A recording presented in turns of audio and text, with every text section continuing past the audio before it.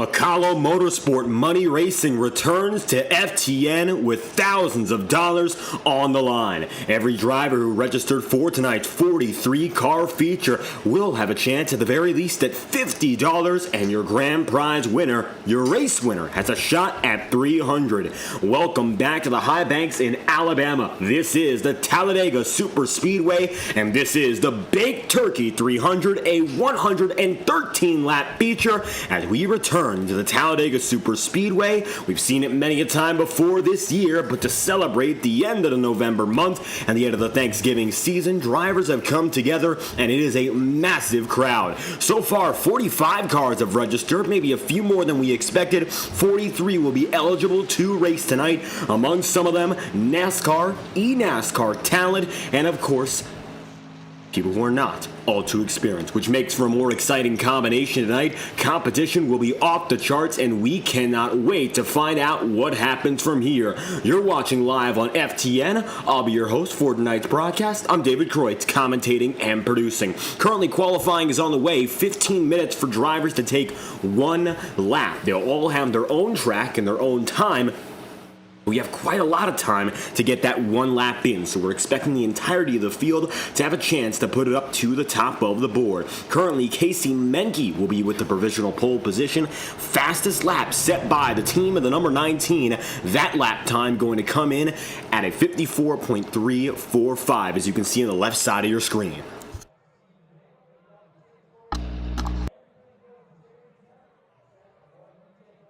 Still, many drivers have yet to get on the circuit. You'll see empty. The grandstands are rather packed, but the racetrack isn't all too much. Michael Triscaro puts it up into third as Corey Cook goes up to the top of the board. Starting to see some of those familiar names make their way in. Trey Whitehead now up on the board. Coming down the back straightaway, Trey in the number 33 going for that one and only lap. Drivers have one warm-up lap and then one lap where they have time to go against. There will only be one lap that counts, not the traditional two, which means drivers have to be practically perfect.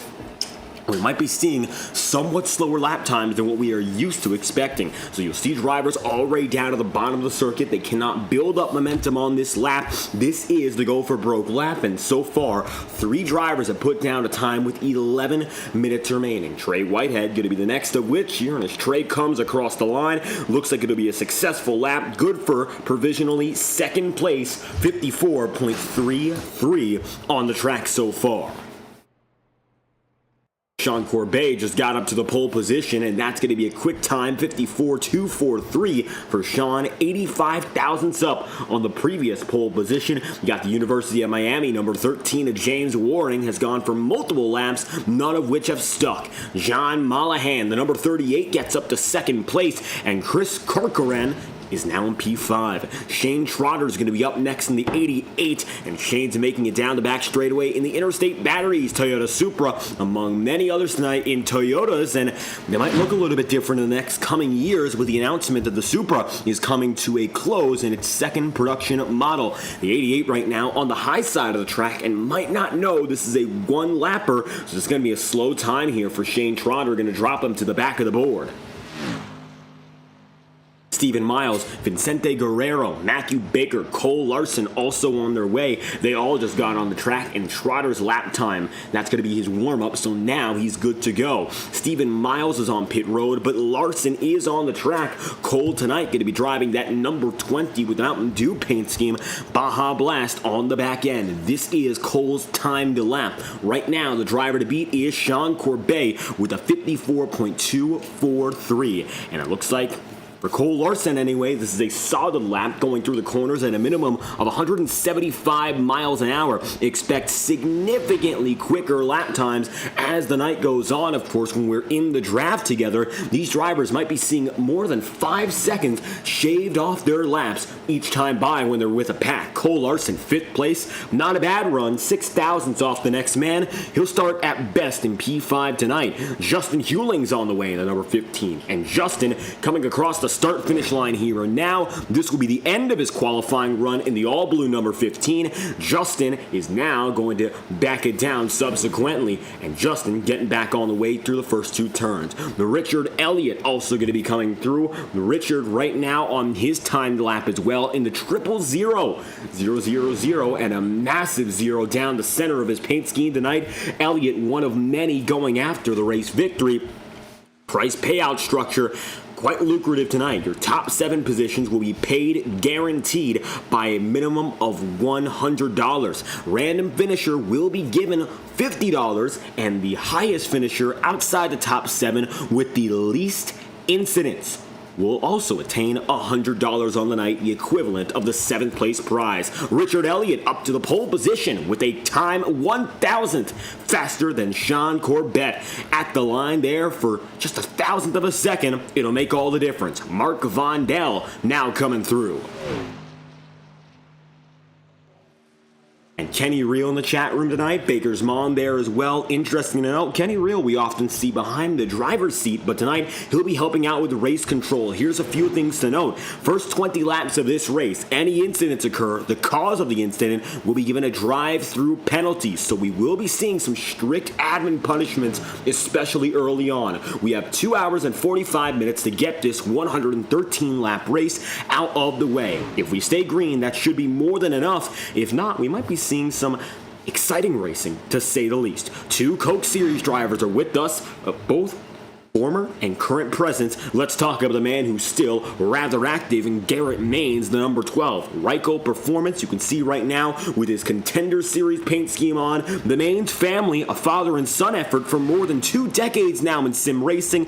Garrett, the younger of which, has seen his success in the NASCAR Coke Series as of late. Right now, the number 12 is going to come across the line, and that 54.213 is good for pole position. Maines puts it up to the top of the board, and Garrett, predictably so, gets it on top. Richard Elliott now in second, and it looks like Jason Maines going to be on the way in the number 26. As we mentioned, generational sim racing heritage. Jason Maines on the way. Garrett already putting it on the pole. Multiple Coke Series drivers, or rather, multiple drivers with Coke Series experience are with us tonight. As it stands, when we talk about Garrett Maines, he's still in the eNASCAR ladder, previously competed a full season with Elliott Sadler Esports in 2021. Highest finish was a 2nd place. He overall came 20th in the point standings and also had an effort in the iRacing Rallycross World Championship from 2019 to 2020. He, alongside Malik Ray, will be representing the eNASCAR front, as well as Kyler Wynn. The 82 on your screen has not yet made it up to the Coke Series. However, he's made multiple fruitful Road to Pro runs. We'll talk about his eNASCAR career as the night goes on. Heath Job right now on the top of the board. 760, taking that first lap and still on the top side of the track as well. Maybe not going to be the most fruitful of opening laps as Jason gets up to 19th. Garrett is in P1. Matthew Baker now going to be coming around, the number 5. Baker, already a fan present in the chat room, and maybe more to come. Looks like pretty quick lap. 54.239 is good for 2nd place, and that'll put Matthew right now on the front row next to the Coke Series driver in Garrett Maines. Logan York is yet to take a time. Same for Stephen Miles, who's been on pit road for a while here. Jeff Merck now on the way in the number 18. Jeff tonight going to have the backing of PGR. He's got the number 60 on the side of that car, so it looks like a little bit different than what you'll see on the timing screen, but Jeff right now going through on that warm-up lap. Heath Job puts a time in. That'll be good for 21st place, and the 760 will start at the back of the qualifying lineup. 2.7 seconds off of Garrett Maines' quick time. Left side of your screen, you'll still see them coming around, and Garrett Maines, he's the only driver to break under the .22 barrier. Multiple of the drivers within a 10th. Aubrey Thompson, that's a fast lap, and it'll be good to just barely knock Richard Elliott off of P3. Aubrey Thompson in 3rd. DJ Daniels up to P6 with a 54.253. A total of 12 drivers within 1/10 of a second of the pole. Expect that actually to grow when it comes to the value, as now Matthew Lee's making it around for the end of his warm-up lap onto the big one. And not only a lot of prominent drivers, but big sponsors tonight. You see Martin Sport all over this 04. Another quick time going to be put in for Gerard Haynes. Gerard in the 43 gets up to 6th, a tied marker with Sean Corbett and Jeff Merck up to 4th. So now 14 drivers are within 1/10 of a second of the pole, and a total of 10 within half a tenth.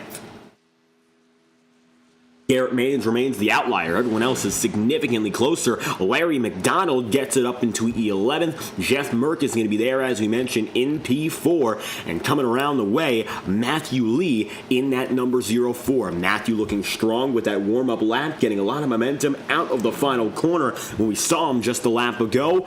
Coming into a speed of about 176 miles an hour. No changes up or down. Matthew Lee consistent, and that lap time is good for second place. Matthew Lee up to the front row in the 04 alongside Garrett Maines, an 18 1,000ths of a second apart from the number 40. Jeff Merck is now going to be moved into 5th, and Stephen Miles gets on the way for his one and only.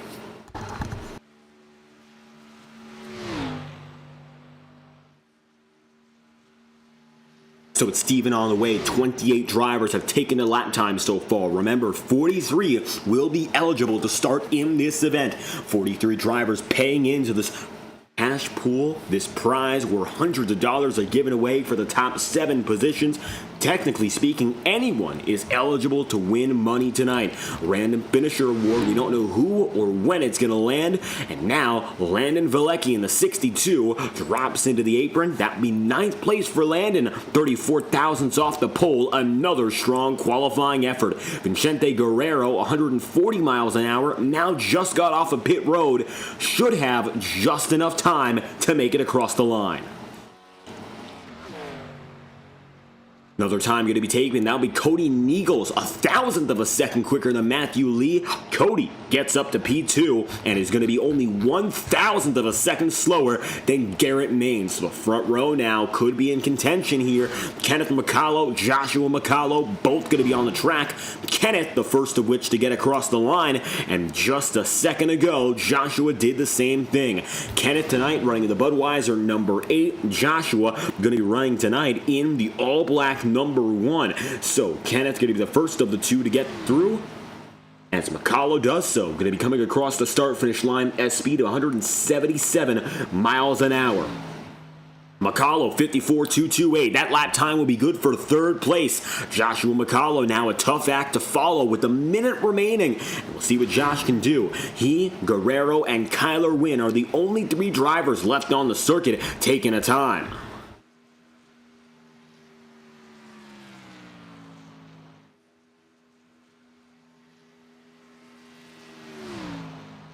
So as Joshua makes it through, Kyler Wynn get a spin that will end the 82's run, and Kyler going to have to put it in the garage. Waiting for the race to start. He'll start at the very best 35th place. Up to the top of the board, McCullough cannot replicate the effort. He'll go 21st, however, about 77 thousandths of a second away from Garrett Maines. Vicente Guerrero now making his way through, all the way down to the apron. The 14 decides to head, and that was a good lap for Guerrero. That would be good for P3.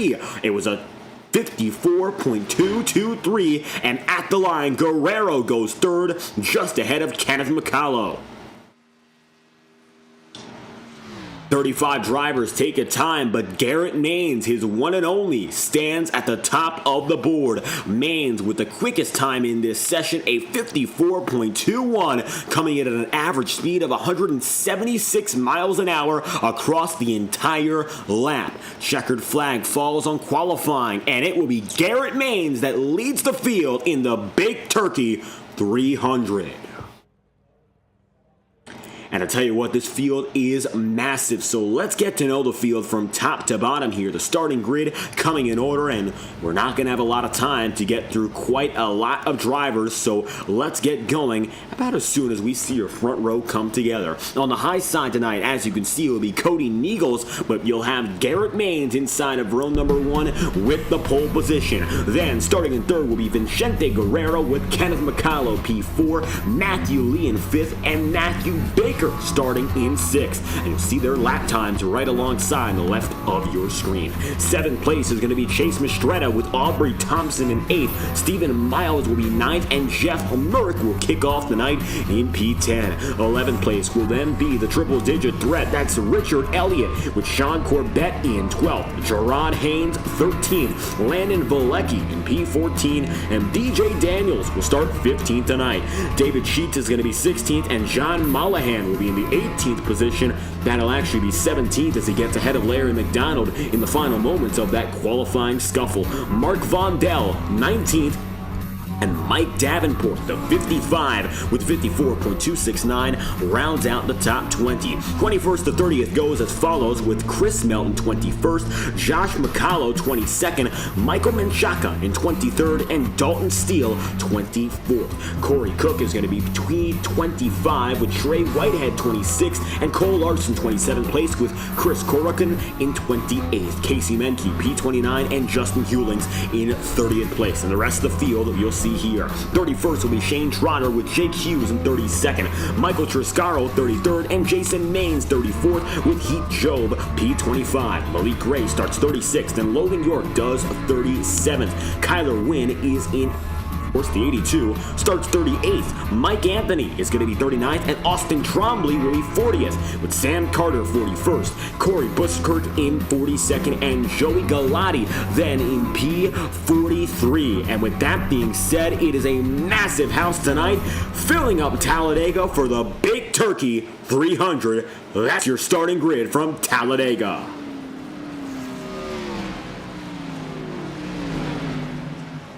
Speaking of Talladega, we've seen it many a time before on this broadcasting network, but for the first time on FTN, let's get a look at the track information. Banking through these corners, you can see it. Let's get the facts. 33 degrees of banking throughout turns 1 and 2, and 3 and 4. The steepest circuit in the NASCAR schedule, even steeper than that of Daytona, both of which are above 30. Talladega gets the edge at 33 degrees. And additionally, the front straightaway, you can see that tri-oval, it is banked as well, and the front straight doesn't have the traditional middle start-finish line. Coming out of the tri-oval is where your start-finish line will be, giving you a few extra feet at the final run, which makes those photo finishes even more exciting. Opened in 1969, and the first ever race run was an Xfinity equivalent event in the NASCAR Sportsman Series. And ever since then, these cars have taken quite a liking to this fast-paced circuit. Those are a few fast facts before we get things going tonight. Reminder, $300 to your race winner. Early penalties. If you cause a caution in the opening 20 laps, you will be given a drive-through penalty. Multiple drivers now being disqualified just to figure out who's who and who is eligible. And like that, the field has come together. 113 laps on the table. I'm expecting to see a little bit of everything with how much time we have left for the field. Garrett Maines has been in this position and perhaps a few more of higher stress before. Tonight, going to be a test again to see whether he's got what it takes in the most exciting and most attrition-based setting in all of stock car racing. You cannot and you can never predict super speedway action. When we bring it back to Talladega, it's always an exciting treat. To finish off November, the green flag will fly in the Big Turkey 300. Garrett Maines leads the field to green. We're underway in Alabama.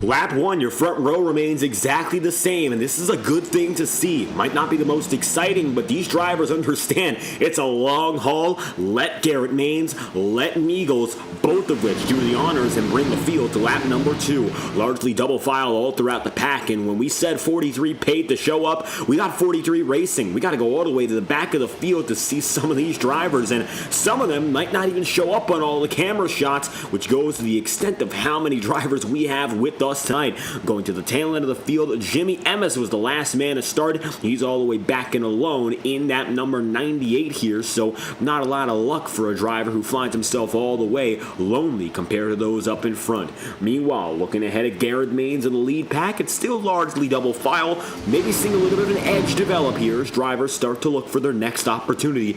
Definitely beginning to see it around Larry McDonald here. You're seeing 3 wide, and that will be the number 1 of Josh McCallow looking high.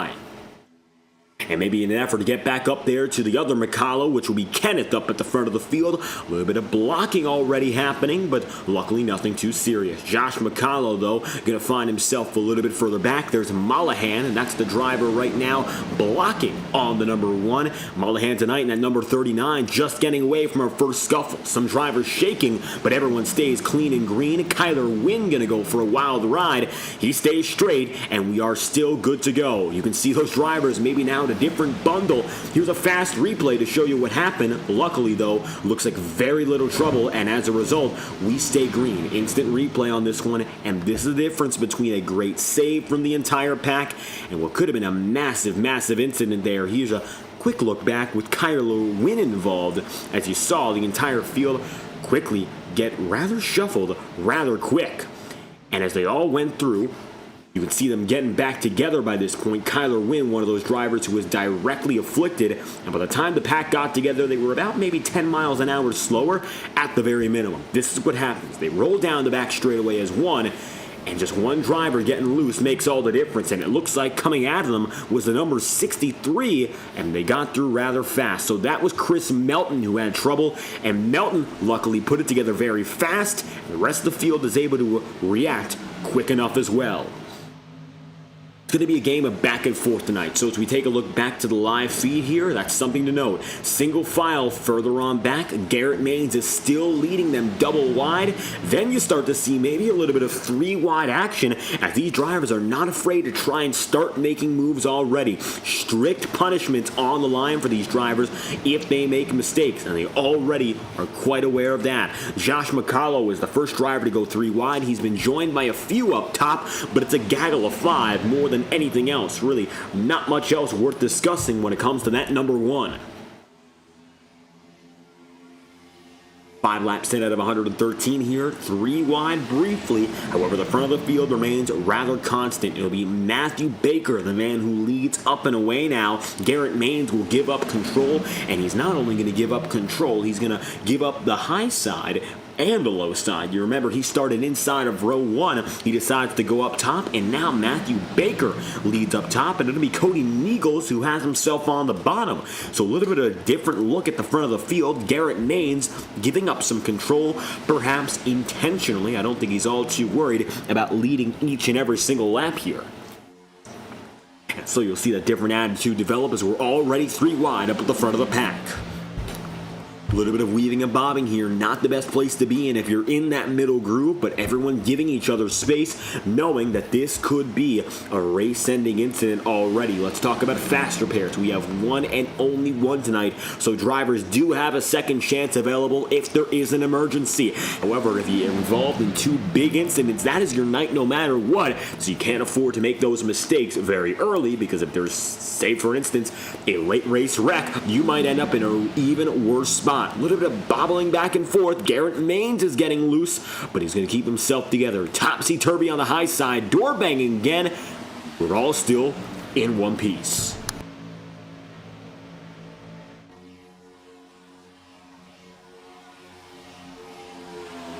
Cody Niegels on the bottom, effectively your race leader. He'll decide to take it to the middle and give Guerrero a shot on the bottom. Here comes Vincente on the bottom side from third to second to first on the night. Guerrero starting inside the top three, and he's kept his word rather close to it, keeping it inside of within a tenth of a second of your leader. And for the first time tonight, he's battling to lead a lap. Garrett Maines is all the way up to the top of the track, and he will lead that time by Vincente Guerrero, only 4/100ths of a second away from taking that title though. So it's real close, and even still, Cody Niegels leads into turns 1 and 2.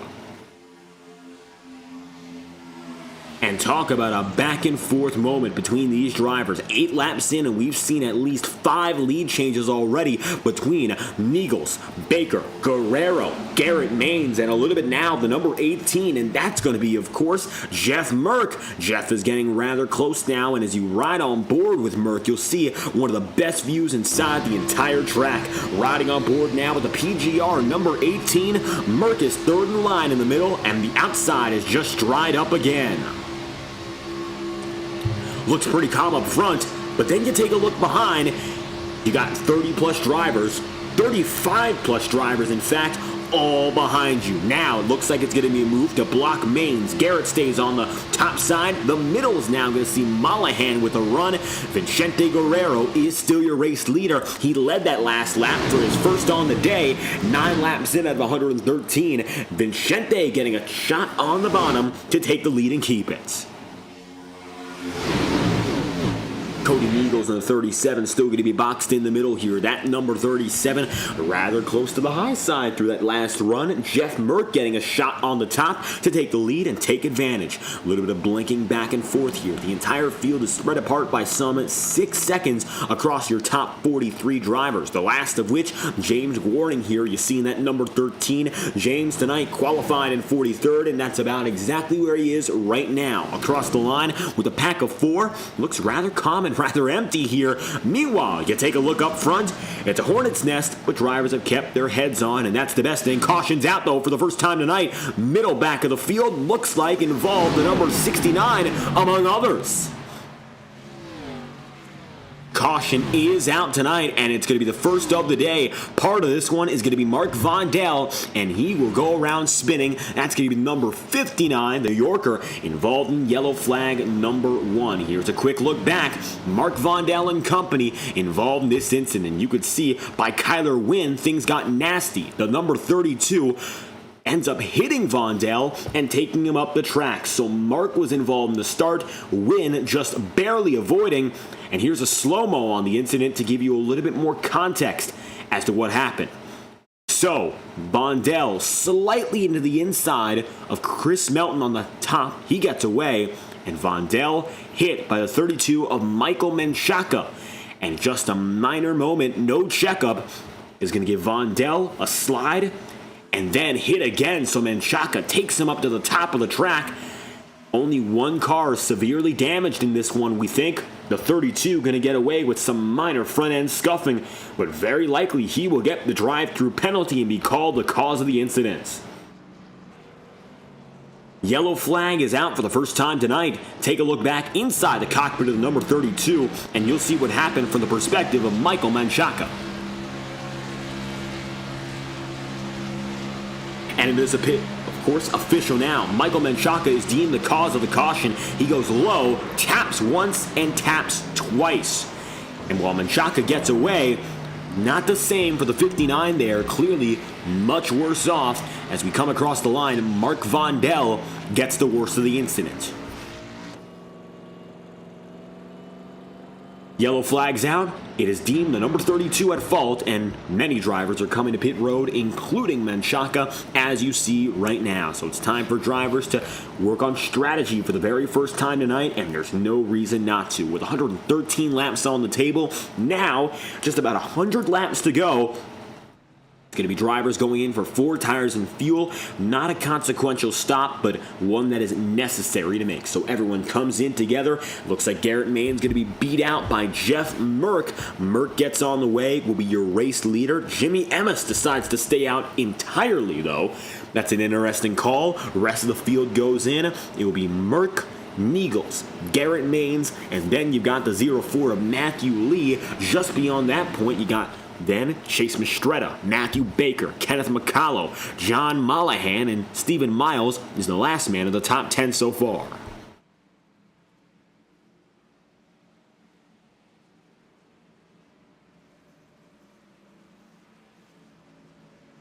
Drivers come out from pit road as one in line, 12 laps in out of 113. Garrett Maines is your race leader.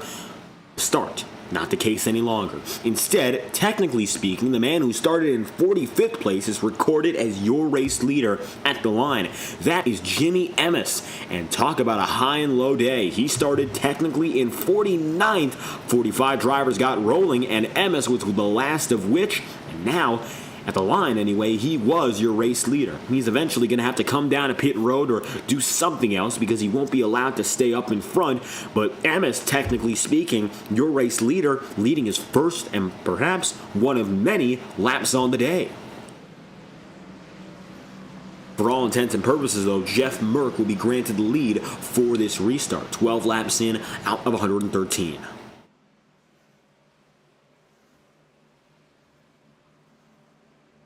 So as drivers come together, got a lot of time here to settle ourselves back in. Conditions tonight when it comes to weather will be identical from start to finish. Static weather means conditions will not change. So let's take a look at those conditions right now. 84 degrees ambient temperature, 84 degree track temperature, and a relative humidity coming in at exactly 20%. Mostly cloudy skies, but the sun is still shining, and winds are going northbound at just 1 mile an hour. So the big thing is those tires are going to be quite warm. Usually we say that tires don't matter at a track like Talladega. Well, tonight might not be the case. It's looking rather warm already, and that's not going to change at all. Maybe the cloud cover might play a little bit into it, but otherwise, these drivers should expect it to be a burning circuit from start to finish. We're going in for your first restart of the night here at lap number 14, which will leave us with 100 laps to go from here. Opening portion of this race, seeing that first lap run, first 12-lap run. And one driver going to be penalized as a result. And it's official regarding that call. Two-car incident, and the driver of the number 34, Michael Menchaca, will be penalized. 32 rather, as right now you can see Mistretta, the 34, gets up to P6. Leading two drivers, Cody Niegels and Jeff Merck, to get this going again.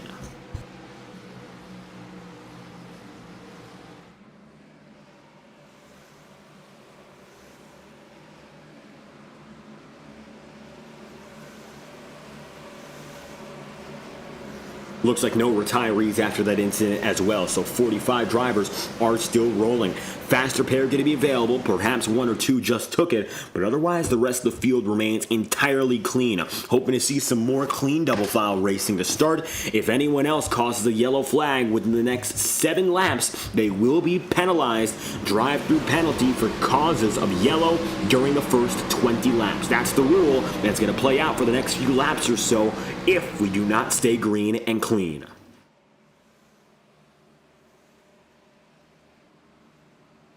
iRacing official pace car decides to drop low and will give the field a chance to go full pace again. It's going to be Jeff Merck on the bottom. Up top, Cody Niegels. First restart of the day. First time the driver of the number 18 is in control at the restart line. And we'll see how well he handles it here. You got Jimmy Emmis from 45th and all the way at the back of the field up to the front. He'll be starting inside the top 5. Green flag flies here. A little bit of wiggling from Emmis. He goes up high, makes it 3 wide quick. And already some unpredictable weaving and bobbing. But the front two get away well. And it looks like Emmis goes 3 wide while Jeff Merck leads.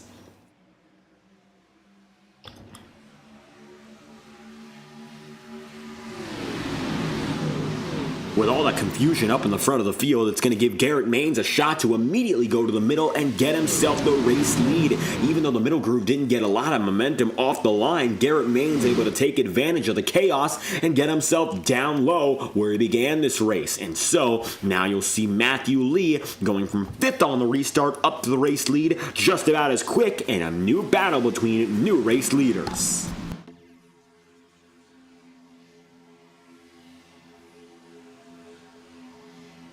Both Matthew Lee and Garrett Maines, drivers who started inside the top 5 tonight. Matter of fact, Cody Neagles, same category. We got some spinners, and it looks like McCullough, one of which. Yellow flag is going to fly as you see Kenneth McCullough get away from it, and it's going to be a multi-car incident. Take a rewind. Call has not been made, though, to go under yellow. Multiple drivers spinning. Take a look back here, and we'll see whether or not they decide to call the caution. And you saw the weaving and bobbing coming after the start-finish line. And first off, the number 32 heads down to pit road for that drive-through penalty, and McCullough gets away. Now you'll see what happened, as just behind, in the confines of the top 10, incident. It's going to involve Chase Mistretta. Mistretta went around. Yellow flag does not fly, however, and additionally, Richard Elliott. So, both drivers pick it up, keep it going, and the caution will not be put into effect. So, take a look live. Mistretta and Elliott are now working together and just tagged off the line, not to bring out the yellow flag, but another incident. Up in the front of the field, Garrett Maines is your leader, and despite that little bobble, the rest of the field is still intact. Decision has been made not to go under yellow for that small incident. The rest of the field gets away, and it was off of the racing surface, so causing no harm to the rest of the field. If you got a favorite driver you're rooting for tonight, make sure to let us know in the FTN chat room. If you subscribe, you will be given free unlimited access to communicate with us and give us your personal picks. A lot of fan favorites right now going at it. Garrett Maines, for one, leading, and he's doing so almost effortlessly. Your pole sitters back on the inside groove and looking good, perhaps, to lead another lap here with Matthew Lee right alongside him. 61 of Corey Cook coming up the field as well in the McConey setup shop, number 61 here. Looking to see the inside line get put together a little bit better here. Looks like Corey right now getting up to the front end of the field, but you can see the inside is actually rather loose. Usually we see that lower groove put together the best of anyone else, and so far for Corey Cook and company, that's not quite the case. Garrett Maines is commanding a strong push up in front with a little bit of an accordion back and forth. Weaving back to number 34, nearly going for a wild ride. Everyone keeps it together there. Malik Ray goes up to the top to avoid the chaos, and so Ray's going to find another eNASCAR contender driver, and Garrett Maines right alongside him. If, of course, he gets that momentum. He's getting a few cars closer and closer each time by, and talk about a very close call there, as it looks like Michael Triscaro in the number 34 on your screen got tapped ever so slightly going through the corners and was able to save it. Could have been a massive incident here on lap 18, but the rest of the field will keep calm and keep on moving. Seeing a little bit of a movement a little bit further behind. Nothing major. That was Logan York going down to the bottom of the track, and drivers trying to place their moves correctly. David Bell in the chat room, thank you for stopping by. Great to have you back here for 113 laps of racing. It is going to be a long haul. And so far, these drivers are showing no signs of fatigue, going 3 wide once again.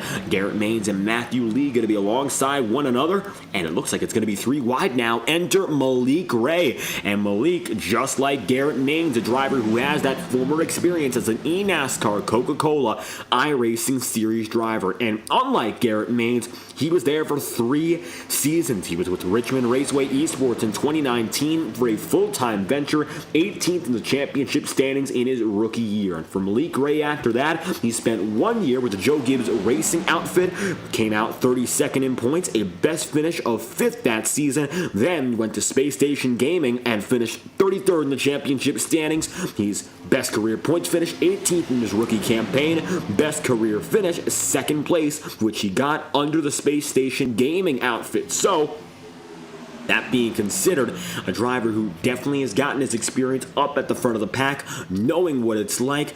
It's not an easy task as a Coke Series driver, and Maines, Malik Ray, both with top 5 finishes under their belt against the best in the business. Now, Malik started in 36th tonight, so really having to come from all the way in the back to this point, as low as 37th and currently inside the top 10. A gain of more than 30 positions so far moves Malik Ray alongside race leader Cody Niegels, and Cody can't block Ray. Malik now up to the top of the board with assistance from Kyler Wim to drop down to the middle here. NASCAR controlling inside, middle, and the high side as well. Now total domination from the professionals here, looking to work the corners and the straights together. And also you got the bottom now occupied by Matthew Lee. Garrett Maines going to fall back ever so slightly as we take a look still at Malik Ray. He's going to find himself now leading this field on the middle groove. 3 wide all throughout, from first all the way back to maybe 21st position. Coming up on a lapper here, and they're going to have to keep it tight up to the wall. That's going to be the number 32, previously penalized. That was Michael Menchaca, and Michael went 1 lap down as a result of that drive-through penalty. It looks like he'll be the only driver given a drive-through in the first 20 laps, causing your first and only so far caution of the day. Menchaca will get back in line, hopefully without incident, and we won't have much trouble keeping that 32 in sight again.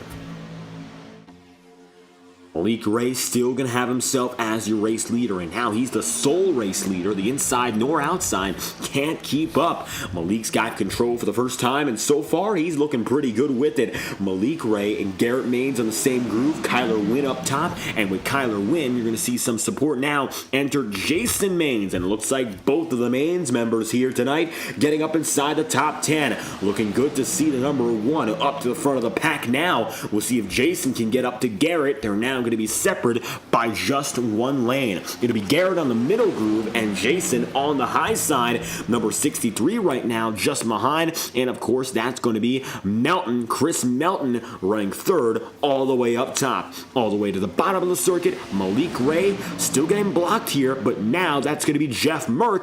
Merck getting a chance to lead once again. Hasn't been easy on this run so far. He was the leader coming to our lap 14 restart, and in just 10 laps, he's been bouncing around the track. He stayed around the range of the top 15, but definitely now seeing much more firm competition ahead of him than previously expected. Caution is out. It's going to be your second of the day, and much further back outside the top 30. The cause? Mark Vondel involved again. So Vondel and perhaps another driver bring out the yellow flag. It's your second of the night, and I think that's going to end Mark's night just about as quick as it started. Caution's out. Take a look at why. And to see if Mark Vondel's yellow flag registers here, mind you, he was all the way in the back of the field at the time of the wreck. He was running at about 44th, and it looks like it just comes to a close. Maybe contact with someone else, and he ended up in reverse. Rest of field looks to get away here, and you can see the leaders.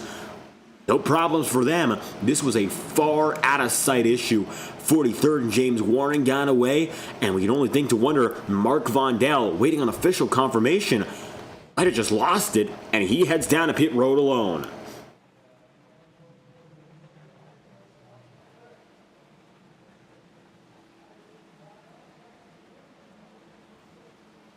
Mark Vondel drops down to pit road. It's his second involved incident of the night, and unfortunately that looks to be the end of his day. Looking back up to the leaders as he's on pit road, Garrett Maines currently finds himself inside of the top 10, but he's been passed by quite a few. Kyler Wynn now going to be in 5th from 38th on the grid. Jeff Merck 10th to 4th. Cody Niegels inside the top 3 as he started. Malik Ray 36th up to 2nd. Matthew Lee will lead us in. Vondel's black flags are going to be cleared as it looks like he's validated and entered into pit road. And so, unfortunately, another problem for the driver of that number 59.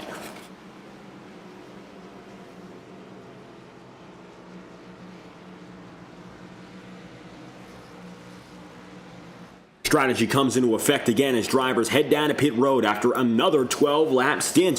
It's going to be leading Matthew Lee. Let's see if he's the man who leads on the way out here. So we're starting to see pit road become a little bit more important, perhaps. Your pit road exit camera going to show the only driver that decides to skip on pit road this time.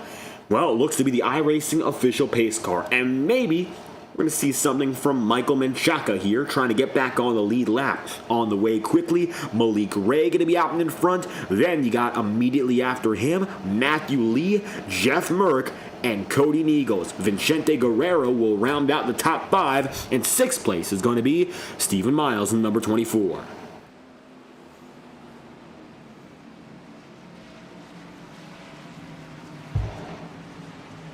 Getting some news regarding penalties for this yellow flag. It looks like the number 15 will be issued an end-of-line penalty. That will be Justin Hewling. So he's not going to be issued a drive-through penalty. Instead, it's going to be an end-of-line for the all-blue number 15 involved in that most recent incident. But as you can see, it looks like he got away relatively scot-free. For Mark Vondel, though, it looks like the night is over.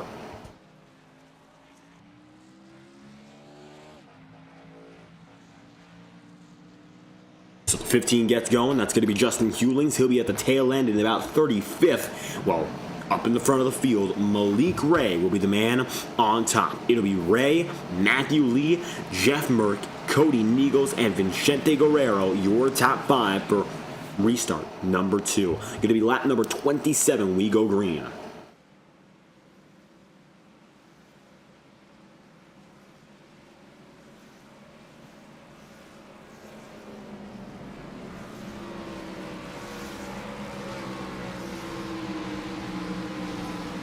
One to green this time by. When it comes to penalties, they're going to get a little bit more severe from here. Repeat offenders. Unfortunately, we've seen Vondel involved in both wrecks, but not as the offender. If you're involved and cause multiple incidents, your penalties will become increasingly harsher. You're going to see an EOL, pass through, and then a 2-lap hold in order. So step 1 is that end-of-line penalty, then a drive-through, and then a 2-lap hold, as it looks like Malik Ray decides to head back to pit road again, misses his stall, and definitely does not look to be a planned entry to pit road, as a few other drivers go with them. Malik Ray going to come down and in, and perhaps going to try to save for even later in this race.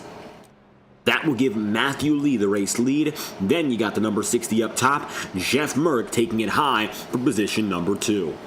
So, different front row, still going to have Maines and the number 24, Stephen Miles, Chris Melton, and a little bit further behind, some familiar faces, including Michael Triscaro.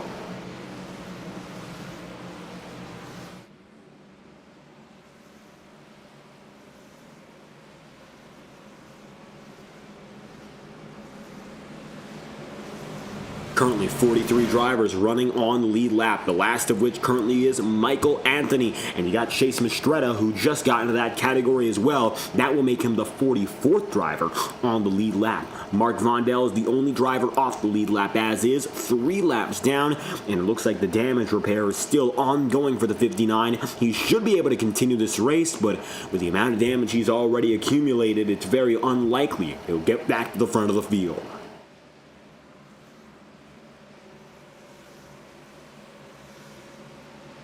Such is the nature of superspeedway racing. Not the cause of either incident, according to our penalty report, and yet he's going to pay the biggest price of all, being 3 laps down and the only driver in the field not on the lead lap. That could change as the night progresses here. Still a lot of time left. We're only 26 laps in with 113 to play with. Should be about now 90 laps remaining from here.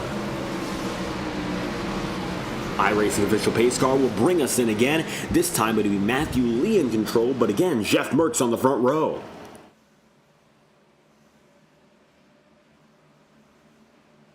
Cody Niegels, 24 Stephen Miles, Garrett Maines, Chris Melton, and Jason Miles.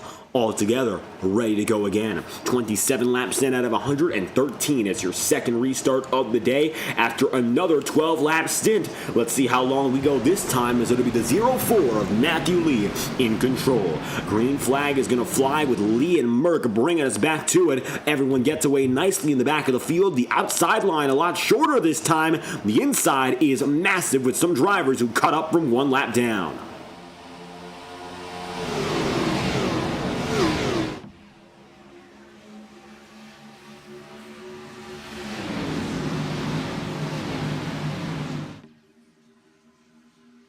Double file once again. Going to see that 3-wide racing not as prominent on the starts of these runs, but Cody Niegels already going to try to put one 3-wide. Niegels was looking low. I'm not quite sure where he was looking because there's no room further than the yellow line. That solid yellow is the last place a driver can go, and it really only becomes legal to even try it on the last lap. So Cody's going to have to stay above the tarmac there and keep himself on the racing surface. Smaller pack at the front of the field, but still many a driver on the lead lap lap here. 34th place is only about a second and a half back on your leader. That's Michael Menchaca, who, yes, is back on the lead lap. Furthermore, you'll see Heath Job running at about a 42nd position now. So 42 drivers, all things considered, are still stuck together with your race leader. Matthew Lee, of course, being the leader of which, and it looks like, unlike the last few runs, not seeing that 3-wide develop early and up front. A few drivers trying it a little bit further behind, and those will be the likes of Larry McDonald, and it looks like with him, the number 82 of Kyler Wynn. Kyler goes 3-wide, so does the number 13 of James Waring, but not enough to really start something. And we'll see maybe some more drivers will come forth and help out the effort, but right now, double file is the way to go. Looking to keep things calm to kick off the night. Well, that's a good thing. We've had yellow flags so far, but they've been for mostly small incidents. The big wrecks have not happened up in front. Both yellow flags so far tonight initiated by drivers outside the top 25, and that hopefully will be a recurring theme. If anything, you don't want to see these drivers get wiped out early. One faster pair means two major wrecks could ruin 20-plus drivers and their races. So be careful, because you never know where it's going to go here. The front of the field could collapse. The back of the field could. You got to stay on your toes and give yourself enough room no matter where you are. That's definitely the hardest in the middle of the circuit, but usually when we go too wide, you can go high and you can go low. But when you go 3, you're boxed in between and there's really nothing you can do. Roughneck Racer 30 in the chat room. Thank you for stopping by, supporting tonight the driver who is running in the number 49. And that, of course, going to be Chris Melton. Melton, right now, from 21st up to 5th, has made some pretty solid gains. A total of 16 spots added on the number 63's night. You see the 63 on your screen there in that Ford Mustang. Right now, Melton is going to occupy the top 5. It's still going to be a really tight battle, but all things considered, starting the day off strong and looking just to keep it there with all those tough competitors. Now, Melton's actually leading a 3-wide push, so this might not be the best place to work yourself into, but so far, Melton's got the high side. Nobody else has decided to go for it. Jeff Merck on the bottom sees another driver go way low. That was Trey Whitehead, and Trey looks to be just fine. Going to go down to the apron and keep it under control. Not going to be a loss of control, rather just a little bit of a bobble back and forth, and we'll go to the back of the field to keep everything straight. Meanwhile, the leaders don't pay attention to that, and Cody Niegels is your new race leader overall. Jeff Merck falls back to 4th. Garrett Maines gets back up inside the 2nd row, and you're definitely beginning to see now a lot more of that 3-wide pack. More commotion outside the top 10. This is when these drivers begin to shuffle against one another, and that's when things get to be a little bit dangerous throughout the entire field. Melton still leads the high side. Larry McDonald, one of the many who's been trying from the start, he's there again. Casey Menke, you're going to see there in the number 19. DJ Daniels, and lastly, looks like Vicente Guerrero dropped down to the bottom, leaving Richard Elliott, the last driver, up on the high through the top 3. And we'll see now whether or not this group can build that momentum to get up inside the top 3 overall. High side still struggling just a little bit. Melton not having the luck to get up there to someone like Niegels, and that's going to give a chance to Jeff Merck. Merck decides there's an opportunity and will take the outside groove and make it his own. New leader up top, same leaders in the middle and the bottom. Pole sitter Garrett Maines is back to where it all began, taking it inside of row number 1, and he's going to decide to keep things familiar to kick things off once more. So we'll see if he's got a little bit more momentum now. As you can see, Maines and Maines, father and son, are up in front. Garrett getting pushed now by Jason at the front of the field. Right on board now with Jason Maines and with driver telemetry, and you'll see what it's like in the family affair down on the bottom.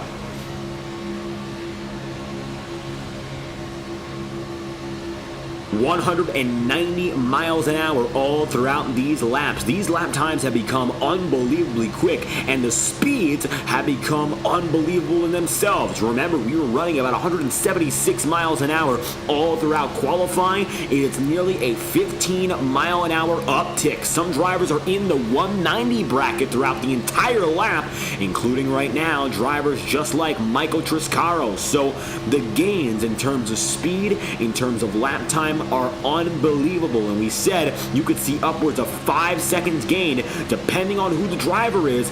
Maines is one of those drivers who had a weak qualifying run but has raced his way up in front, and now he's got the job of defending Garrett here.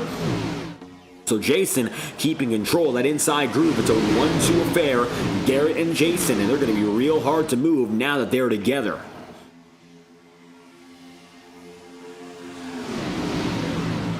And for the inside groove, it's going to be locked up right now, Maines and Maines, but Cody Neagle's having no such trouble as he's got himself a worker in Matthew Lee right behind. Neagle's now going to go down the inside and box both in. So it's going to be Cody Neagle leading the inside groove. Middle groove will be Matthew, and as such, up on the top side, you'll see Stephen Miles getting right by the other 24 on your screen. A lot of drivers running very similar paint schemes and numbers. It's a little bit tricky to decide who's who, but there's another familiar one. 61, McConey Setup Shop, and that's going to be a CCH Motorsports driver running for Bryce Hamrick, Andrew Cooey, and Ross Corlett, a former team of Ford Championship fame. Tonight they got Corey Cook running in the number 61, and McConey Setup sponsorship all throughout that bright green number 61 indeed. Corey going from 25th up to 6th, another big mover, much like Jason Maines from 34th to 5th. 38th up to 12th is Kyler Wynn. 37th to 11th is Logan York. And the only driver to make it outside of the 40 so far inside the top 15 is Sam Carter. Carter in the number 85 has made it up all the way from 40th to 15th place. That's a gain of 25 positions so far on the night. Talk about unbelievable. Well, so far, Samuel Carter has made that real. Carter's still going to be just outside this leading battle. Is going to let these first groups do their thing, get a little bit more aggressive with one another. 3 wide all throughout, and then you got Carter as the back end, and the number 31 and DJ Daniels right with them. Now the question becomes, we're 36 laps in, getting slowly but surely toward the heart of this race. This middle section, by all means, would be the heart of the event. It's going to be when drivers really develop their strategy, figure out exactly who to work with on the night. Do you see a little bit more of that uptick in aggression as a reason to back off? I mean, if you made it through, yellow flag is going to be out. A big incident here, and you can see drivers are going crazy. Yellow flag is out, and the caution will be called. So, yellow flag going to be out, and it looks like it's a total chaotic moment. The server giving us some troubles here as we put things back together. And talk about a big one. Yellow flag is out. Let's take a look back and see what we can figure out here. But iRacing, certainly not liking that one. Talk about a massive incident indeed. Multiple drivers involved, and matter of fact, a big one where drivers are still having some connection troubles to this moment. You can see right there, Karakin, Chris making his way through.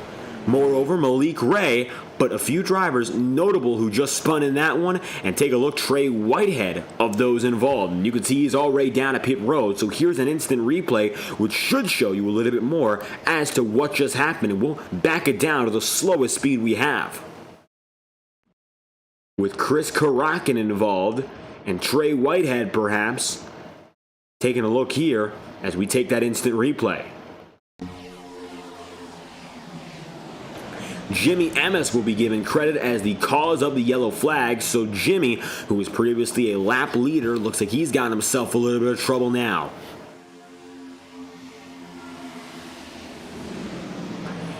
MMS, number 98, going to be given that cause a yellow designation. End of line penalty for Jimmy, the first incident that he has caused on the night here. So as drivers were all stuck together, you can see them all here. And honestly, MMS didn't find himself all too close to the front of the pack before this happened. And then he got up into the draft, and that's when things got dicey. The leaders, the first 25 or so, looked to be all put in one piece. And then it became absolutely chaotic the moment that MMS perhaps got involved here. And you can see Trey Whitehead just ahead. And it all started with the contact that Whitehead and MMS made. So you'll see here, Trey maybe having to back down. He'll decide to go up top. Jimmy MMS coming through. And this one is 3 wide. So the contact getting closer and closer. This is the entire setup to the yellow flag, mind you, because as we tried to look at the incident, the entire server flashing drivers back and forth, which goes to show how absolutely massive the field size is, as it's hard to even keep track of those who were involved. And MMS was there on the bottom, Trey Whitehead, and that's what led to the incident here.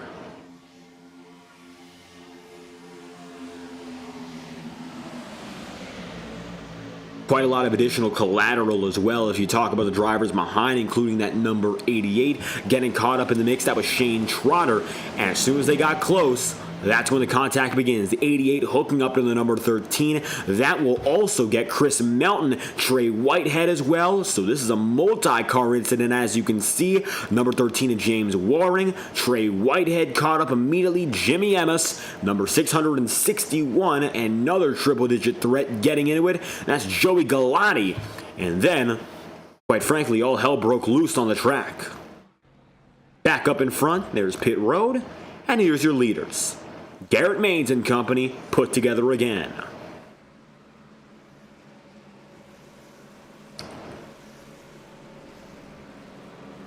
Malik Ray, last time by, was scored as your lap leader. The overall race leader right now, though, is Kyler Wynn.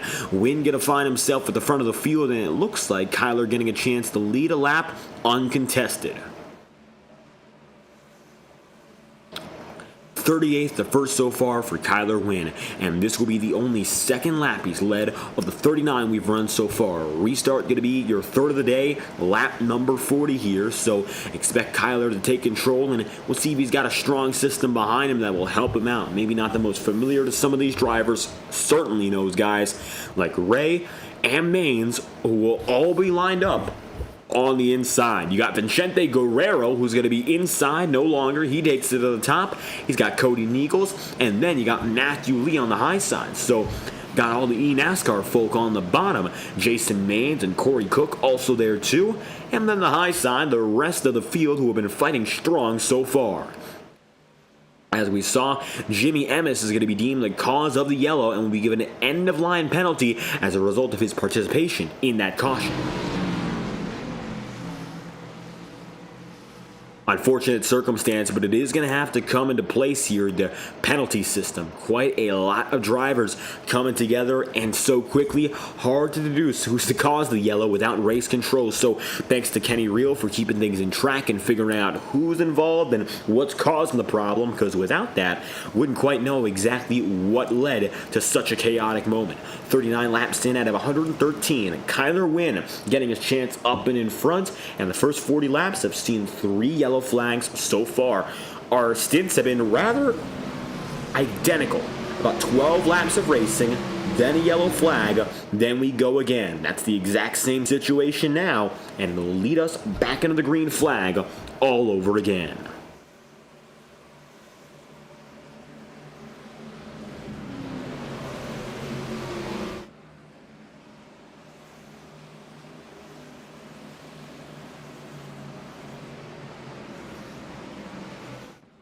The field is set now as the iRacing official pace car heads down into pit road. Exhaust will be firing and gears are going to be shifted for your third restart and a brand new front row. Kyler Wynn nor Vicente Guerrero have been on the front rows to kick off these restarts or the initial race start. Guerrero was pretty close in third, but Kyler Wynn has come up from 38th. Let's see what both of them can do now as the green flag flies for restart number 3. And the NASCAR group, I'll tell you this much, gets a major jump. 1, 2, 3 to the front of the field.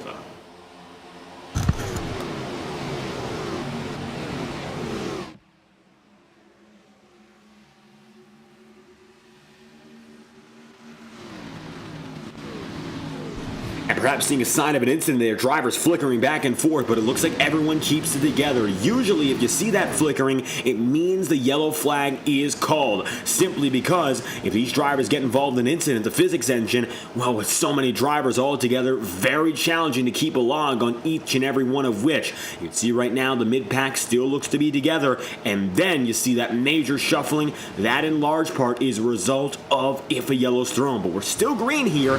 Garrett Maines and company keeping each other in close distance without much problem.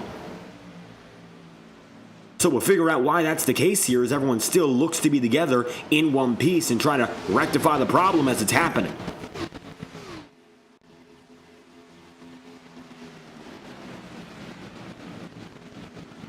And you can see now, pretty hard to keep up with these drivers, so give us just a moment now as we try to get everyone back intact. Going to be Kyler Wynn, still your race leader, Malik Ray and company all together now, and there's the incident up at the front of the field. Guerrero involved, and the yellow flag is out. Another major one, and Guerrero from the front brings out the caution. Yellow flag is out, and a big one at the head of the pack. Vicente Guerrero brings out the yellow. And we'll play this one in slow motion, as it looked like Vicente Guerrero is the cause of caution. Guerrero in the number 14. He was the green machine up at the front of the pack, and it looks like just some contact sets him loose. Matthew Lee into Malik Ray, into Garrett Maines, and the rest from there was history.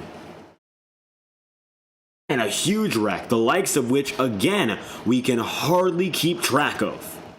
And this one might have knocked a few drivers out.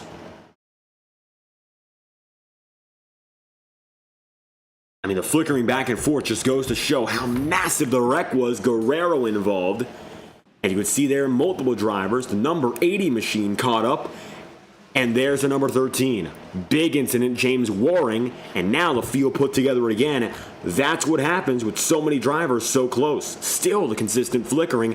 And since we have a little bit of time in between, we'll refresh our iRacing, make sure everything is set. You're watching live on FTN, and we'll return right after this. Racing isn't easy, but experiencing it is.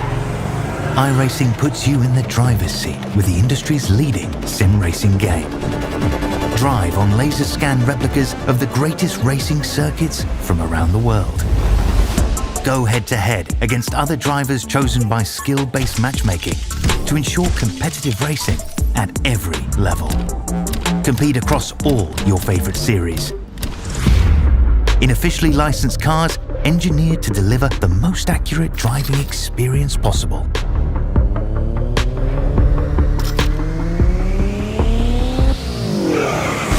Join a race or host your own with players from across the globe. Race against the computer or in a league with friends. Feel the thrill behind the wheel. Visit iRacing.com.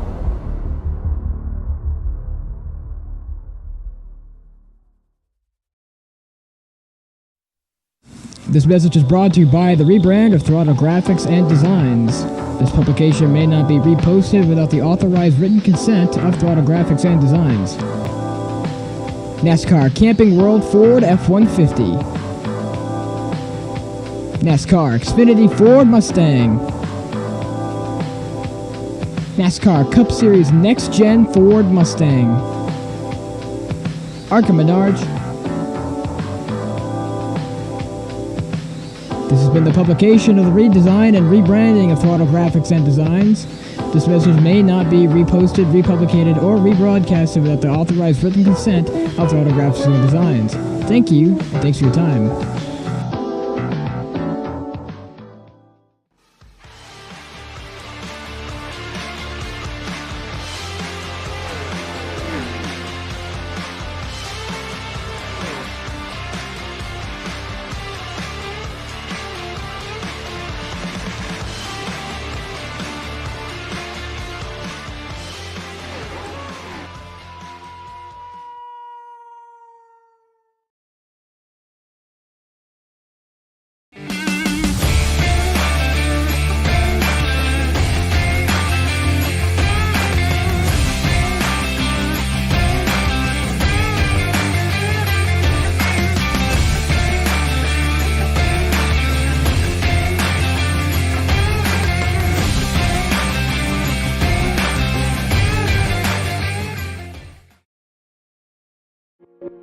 Boundless makes its presence felt. It will not be ignored. We're helping turn ideas into reality with a wealth of building products that take every architectural style to the next level. This is what it's like to imagine, build, and transform anything we want into exactly what we seek. This is what it means to be boundless.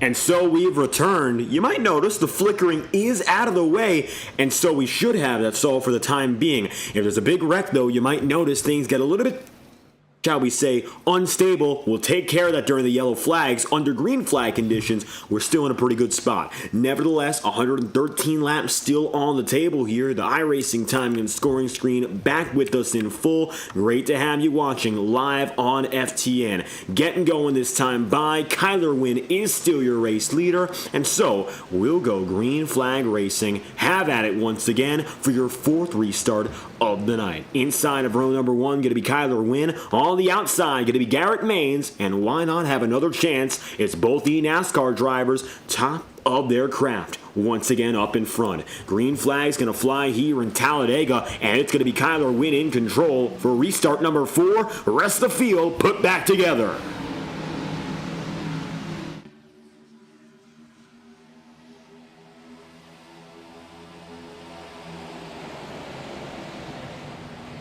End-of-line penalty going to be given to Vicente Guerrero as a result of that incident as we come back from our brief yellow flag break. Thank you, David Flanagan, for the quick reminder there. Roughneck Racing Network in the chat, thank you for stopping by. Roughneck Racer 30, shout out to James Wagoner and Wagoner's Racing doing the job tonight and helping us out, of course. The chat room coming through and coming alive. Garrett Maines leading on the top side here, and we're bringing back our timing and scoring momentarily just to get everything sorted in. The racing is back. The rest of it will all come quick. Stephen Miles now going to be inside here helping out Kyler Wynn. Side by side, they'll still remain, and you can see there McCullough. There's Kenneth on the inside groove, and talk about 3 wide quick. You know, they've done it once again. The field seems to really have no fear tonight, and maybe that's working to their detriment, admittedly. Now you'll start to see him go at it once more. Number 45 is Sean Corbett, going to be on the bottom. 3 wide, Richard Elliott, Chris Karukin, and Michael Triscaro. The field, we've seen it multiple times over. See 3 wide racing accumulate quickly, but with the last 2 wrecks we've had being the biggest of the night, maybe we were expecting a little bit of an attitude change. That really hasn't come of it though, and Kyler Wynn and company, they still seem to be calm and collected. The rest of the field is not afraid about going at the have at it mode. As you can see, another sliding driver, that's the number 45, he'll save it. The rest of the field keeps it together, and a great save at that. We stay green, and it looks like Sean Corbett was nearly out of his bearings, and he keeps it together in full. Great save there for Sean. That could have been make or break. Luckily, we get away with minimal incident as a result of that minor scuffle. Leaders are still going to be 3 wide here with Garrett Maines and company going at it. You can see Maines is going to be middle 3 and no longer the leader of his line. He's going to be playing a supporting role, something he hasn't had all too much experience in doing. Kyler Wynn decides to ask him to step up as the pusher this time, and Kyler Wynn instead is the push. Take a brief ride on board with the number 82. And you know, compared to everyone else, this is perhaps the most peaceful view on the entire racetrack. Kyler Wynn has it made. He's the race leader. He's got little else to worry about besides the rest of the field behind him. And of course, that isn't an easy job either, because when you take a look at that back end, it is packed. But he's got a pretty strong driver in Garrett Maines to back him up on the rear end. So if he is concerned, maybe those concerns will be a little bit more if it was someone less experienced. Jason Maines also still up in front here. He's going to decide to stay in the middle groove as a few drivers just decide to take it up to the top side. Starting to see some drivers doing things different once again, and it's always at the front where things get a little bit dicier. Jeff Merck is going to be on the high groove. He's got Cody Niegels there. Same 10 or 15 drivers have held dominant, but they've gone all around the racetrack. Number 5 of Kyler Mins sees new troubles and new traffic as the number 24 of Stephen Miles takes it to the bottom, and with him, he'll take the number 2, John Mollahan. Special shout out to our sponsors for tonight's event. We have multiple, and we'd like to talk about them here because they're definitely helping us out and bringing a wonderful product to you. Sponsorships mean that any driver is eligible for money tonight, no matter where they are in the field, and that's about the best thing of the night. We have 43 plus drivers here, all of which are eligible for at least $50. Contact with Mollahan, sending number 24 nearly off the track, and now you'll see nearly 4 wide all over again. It's going to be now Kenneth McCullough trying to get through. It looks like a little bit less room, but double file in the middle and high grooves again. Talking about John Mollahan and company, though, we would like to thank our 2 sponsors giving out the random finisher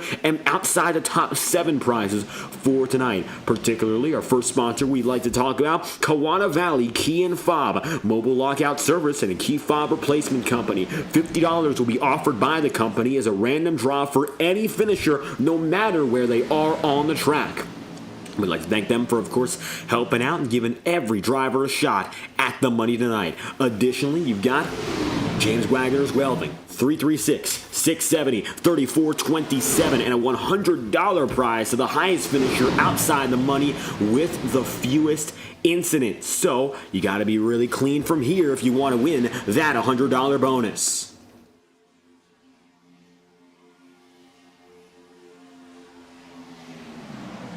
Matthew Baker up top, middle of 3. You've also got Jeff Merck. Scoreboard is going to be coming at you very soon as the leaders get into each other. Jeff Merck goes up the track. Major incident, and we've got hell breaking loose again. The leaders come together. Yellow flag is out. Merck, among others, getting involved. Caution flies. Take a look at this one. Jeff Merck comes up the track. Kyler Wynn gonna get a piece. Cody Niegels gets a piece. And this one collects practically everyone inside the top 10. You see there? It looks like another driver. That's the number 24. And another hit for Stephen Miles. Kenneth McCullough just barely gonna get through at that. And that one, unfortunately, it's going to be massive. Gives us enough time to bring back the timing screen. As you can see there, lap number 51. It's your 5th yellow flag of the day. Kenneth McCullough beating and banging. There's the number 41, Dalton Steele. The front end is entirely gone for another driver, and that will be James Waring. And we're going to take a look a little bit further back to show you with an instant replay and rewind on the matter. Taking it back to just before we got across the start-finish line. Kyler Wynn and company involved, and we're being asked to take a look at what happened here with Kyler. Take a look here.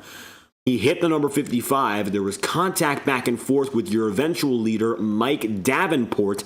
Then you see Matthew Baker, Jeff Merck, and Garrett Maines all get into each other. Kyler Wynn looked to be fine. Then he was hit by John Mollahan. Mollahan tagged him, sent him up and down. Then Kyler Wynn was sent to the apron of the track. Matthew Baker came up on the circuit. He looked to be fine. Jason Maines got away. Garrett Maines, for the most part, got away as well. But quite a few others not as lucky. James Waring, the front end is gone. And a few other drivers suffering the same fate in another big one. And that one's from the front of the field. So leaders, among others, get caught up big time. Yellow flag is out. And Kenny Reel, our race control, he'll let us know who's at fault. As right now, the official call has not been made as everyone flies down to pit road again. So pit road going to remain busy here, and we'll take a look at that exit camera. So far, nobody's gotten out. Garrett Maines has scored as your net race leader, but that's going to be rather brief. He only just got into his pit stall here, so admittedly, he's a little bit behind. Now drivers are flying out, and it looks like your leader on the way. At the line, Talk about a silver bullet. We've got a new man up out of pit road, and that's going to be Michael Triscaro. Then from there, you're going to see Mike Davenport, Jason Maines, John Mollahan, Kevin McCallow, and then Stephen Miles. Chase Mistretta, Sam Carter, Trey Whitehead, and Richard Elliott conclude the top 10. 53 laps in. Restart will be at lap number 55, it's looking to be.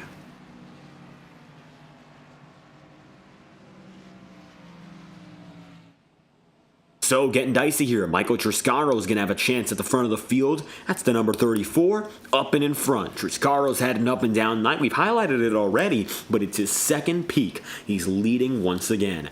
Michael started in 33rd and recording a low of 13th in the last 5 laps here, so he was in the mid-pack when this all got started. Luckily, he not only avoided the incident with the leaders diving low, but also pit road finesse gets him up into the spot, leading again. RF 5935, Roughneck Racing Network, David Flanagan, David Bell, Kenny Reel, and all those who have stopped by in the chat room, thank you for tuning in. We are just getting started here, getting closer to our halfway marker. And if you've enjoyed the coverage so far tonight, make sure to leave a like on the stream and subscribe to the channel. You're watching FTN Broadcasting and McCallum Motorsports Money Racing. Reminder, $300 going to your race winner as the grand prize for tonight's feature here in Talladega. So a lot to look out for. Money and a big field. Right now we're down to 39 or so drivers on the lead lap. Looks like that's going to be the case as Jeff Merck gets going once again. Just took the faster pair. Not a lot of drivers have retired. We started with 45 and it looks like 43 are still on track. As we said, about 40 of which are on the lead lap.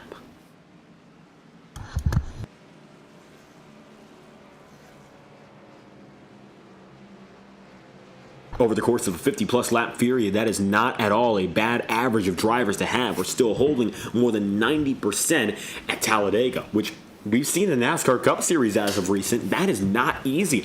Last time the Cup Series went to Talladega, they had the most ever drivers involved in one incident at 27 in one wreck. Even the best of best drivers sometimes can't keep a hold of it by themselves. So to say nothing of the incidents we've had tonight, so far, the drivers have done pretty good in keeping things mostly clean. We're coming up on halfway at lap number 57, so watch to see if these drivers maybe try to make some moves looking forward to the second half. That's when things, of course, become much more critical for race victory. I think you're going to see a few more drivers a little bit more mindful of that fact as they look for the checkered flag.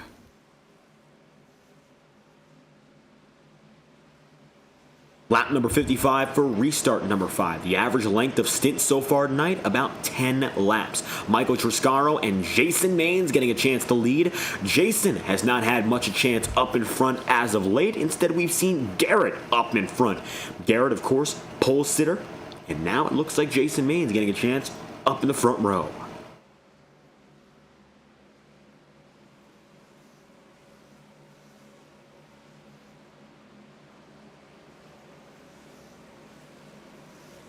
And even though Jason, of course, unlike his son and Garrett, has not gotten a chance in the NASCAR Coca-Cola iRacing Series, he's been around for a while and he knows quite a lot of these guys. If we talk about Talladega and the Xfinity cars, he's been here a few times this year. June 4th of this year, he raced against Matthew Baker for a race victory in the Ron Morse Racing Tuesday Night Thunder Series. He came in second in that event. Matthew Baker just barely besting him by 44 one-thousandths of a second. A few other familiar names, of course, Garrett Maines and Jason Maines were both in that race. Chris McCallow, Kenneth McCallow, Matthew Lee, and Jeff Merck all in the field. So the Maines family knows how to get down in Talladega. They've done it before with very similar drivers. Michael Triscaro gets the better jump over Maines this time, but immediately Jason jumps down to the bottom to try to get him back.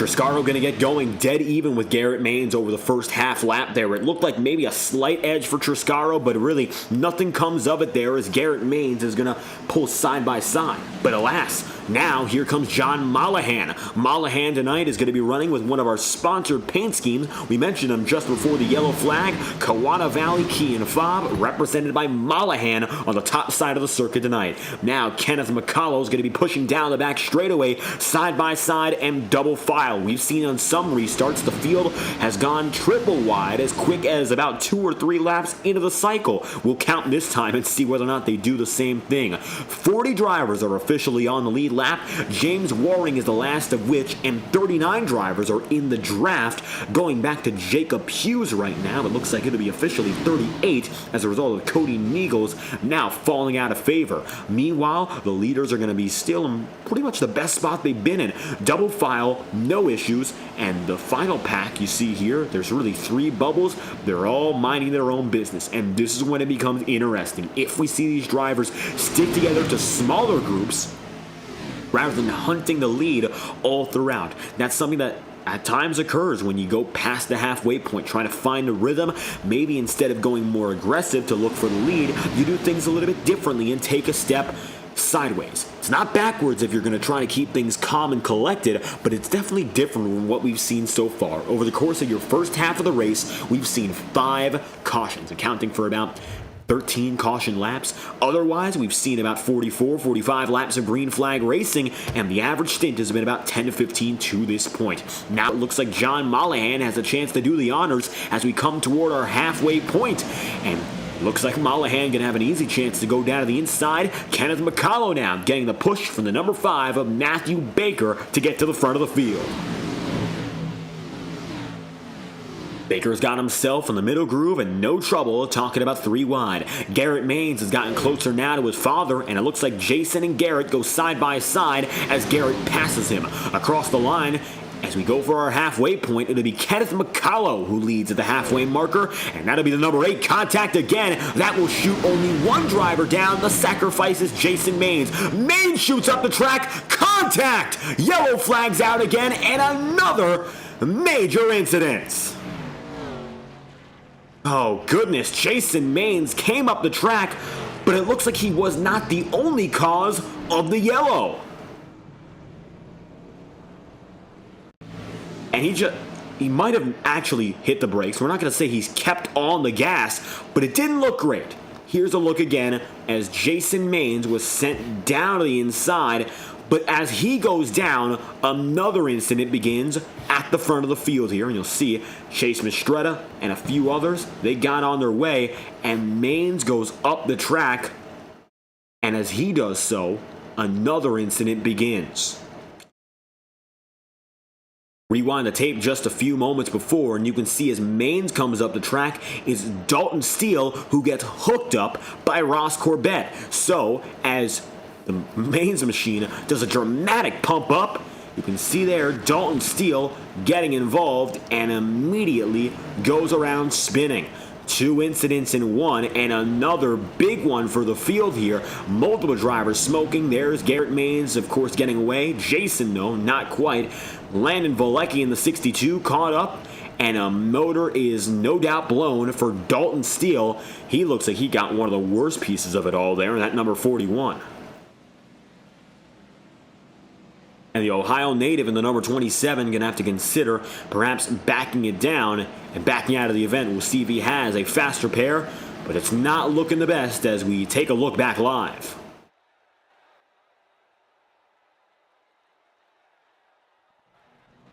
Catching up to your leaders, Matthew Baker is scored as the man out in front.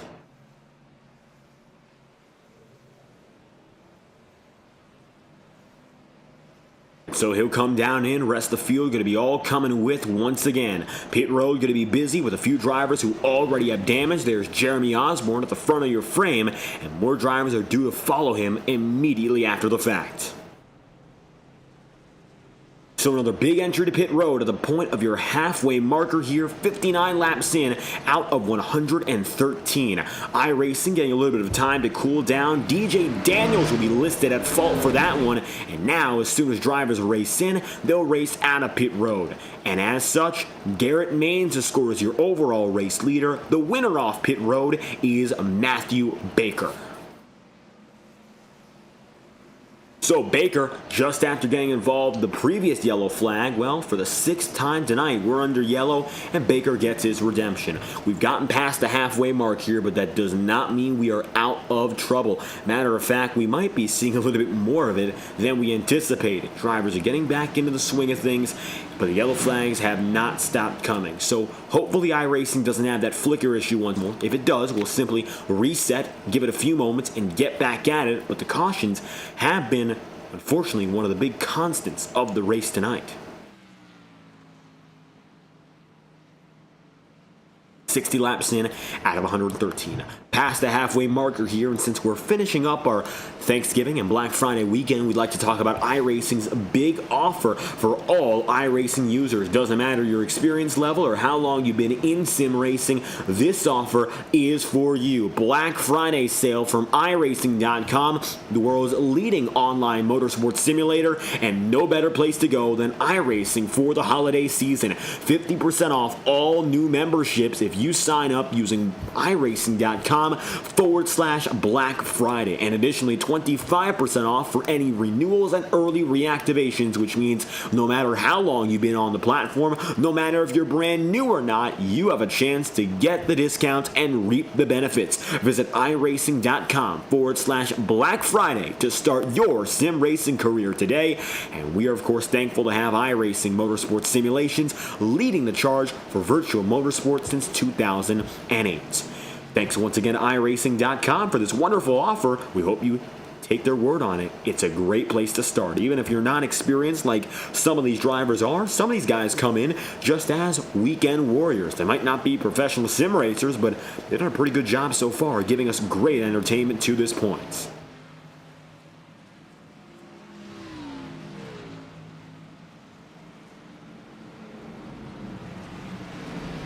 We'll come back green at lap number 62, which means we have, give or take, 60-odd laps remaining. Time is running out in this race eventually. It hasn't been quick, but it is coming. And that's the one thing these drivers know they can't stop. They can't stop time.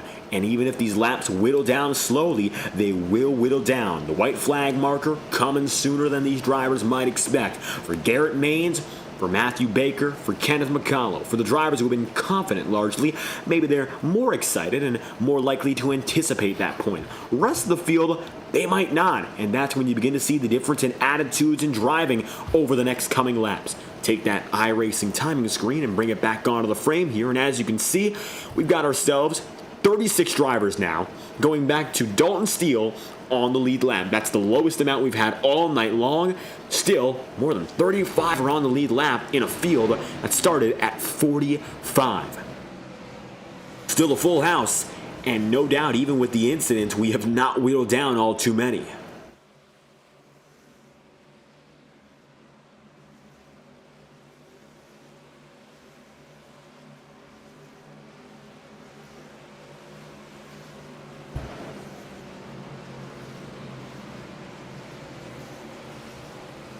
The field will go green again for lap number 62 here. It'll be your 6th restart of the day. For every 10 laps we've gone, it's been about a rule. Unfortunate as it is real, we've had a yellow flag to go with it.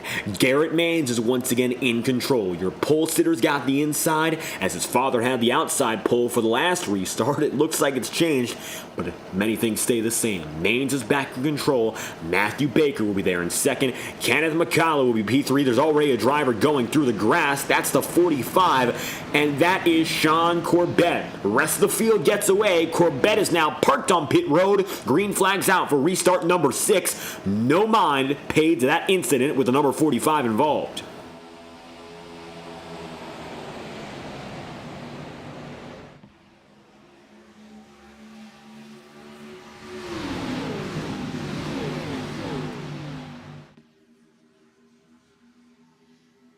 As the field comes across the back straightaway, going to be double file once again. Looks to be in rather good spirits.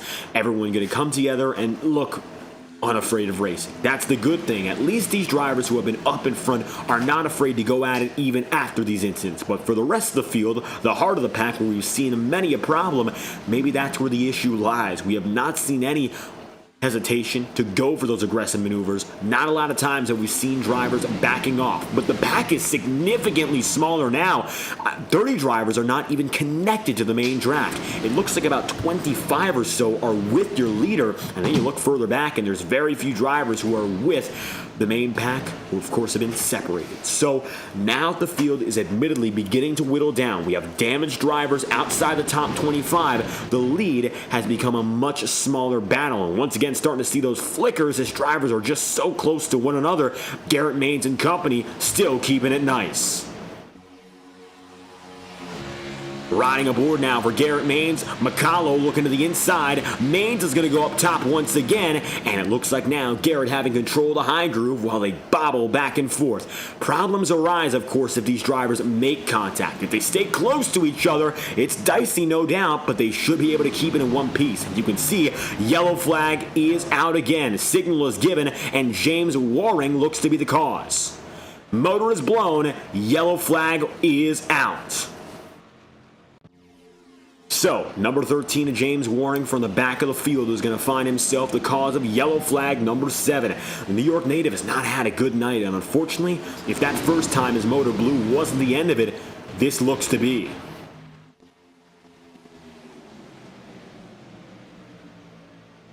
And as he rounds the back straightaway here, you can see him right alongside very familiar drivers. He had the number 80 machine just ahead of him, and Chris Melton among others. And then Waring getting slid into here. As a matter of fact, Jacob Hughes got away. Waring, and with them, just one other driver, and Michael Menchaca. Well, that's what happened. Menchaca got loose, and it looks like he did so on his own. So a self-spin into Waring, and a two-car incident brings out the caution. Not the best thing to happen for either driver. That's Menchaca's second incident. He's the cause of it, and so he might be given a pretty harsh penalty. An end of line is expected. He'll get the drive-through. Unfortunately for Menchaca that time by, really no defense to say for an incident of that nature. Looks like nobody else was around him. He just got loose and took out another driver with him. That's something you 100% do not want to see. Fortunately, on a night like this, it's happened before. Self-spinning at Talladega might seem to be a challenge, but with the tires burning out, as we've said, track temperature coming in at 130 plus Fahrenheit, it has become increasingly easier to see those small driver errors occur multiple times over. Garrett Maines in control. Kenneth McCollough runs in second.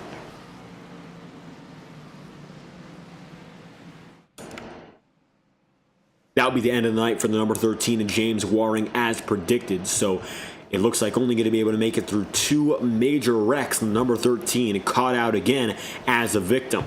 This is going to leave us with an even smaller field. Again, continuing to whittle it down. And so, a little bit of time under yellow, we'll bring you our halfway message from our friends at iRacing Motorsports Simulations. Thank you for tuning in. We'll return right after the following break. And you're watching McCollough Motorsports Money Racing and the Baked Turkey 300. We'll return right after this.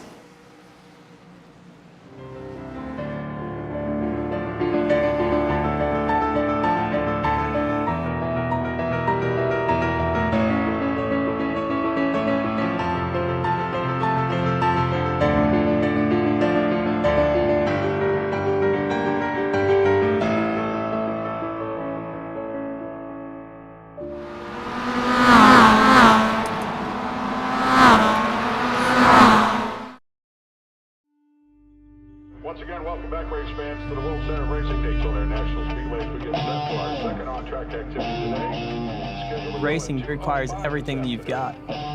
Climbing into NASCAR on Sunday, it feels like you're getting ready to go into battle. When I hit that ignition switch, that car fires up. It's one of the best things in the world.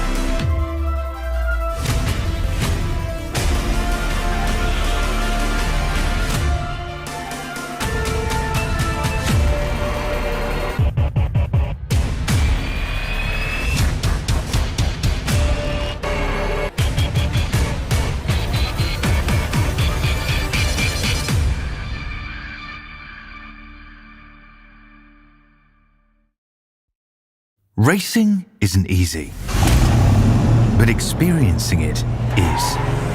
iRacing puts you in the driver's seat with the industry's leading sim racing game. Drive on laser scan replicas of the greatest racing circuits from around the world.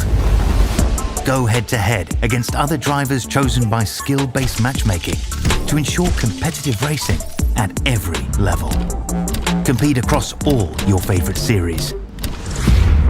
In officially licensed cars, engineered to deliver the most accurate driving experience possible.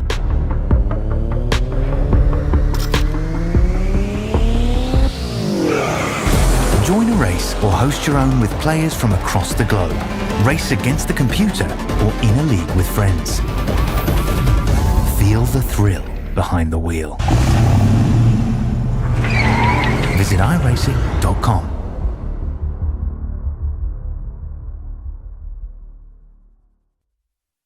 This message is brought to you by the rebrand of Throttle Graphics and Designs. This publication may not be reposted without the authorized written consent of Throttle Graphics and Designs. NASCAR Camping World Ford F-150. NASCAR Xfinity Ford Mustang. NASCAR Cup Series Next Gen Ford Mustang. Arca Menards. This has been the publication of the redesign and rebranding of Throttle Graphics and Designs. This message may not be reposted, republicated, or rebroadcasted without the authorized written consent of Throttle Graphics and Designs. Thank you, and thanks for your time.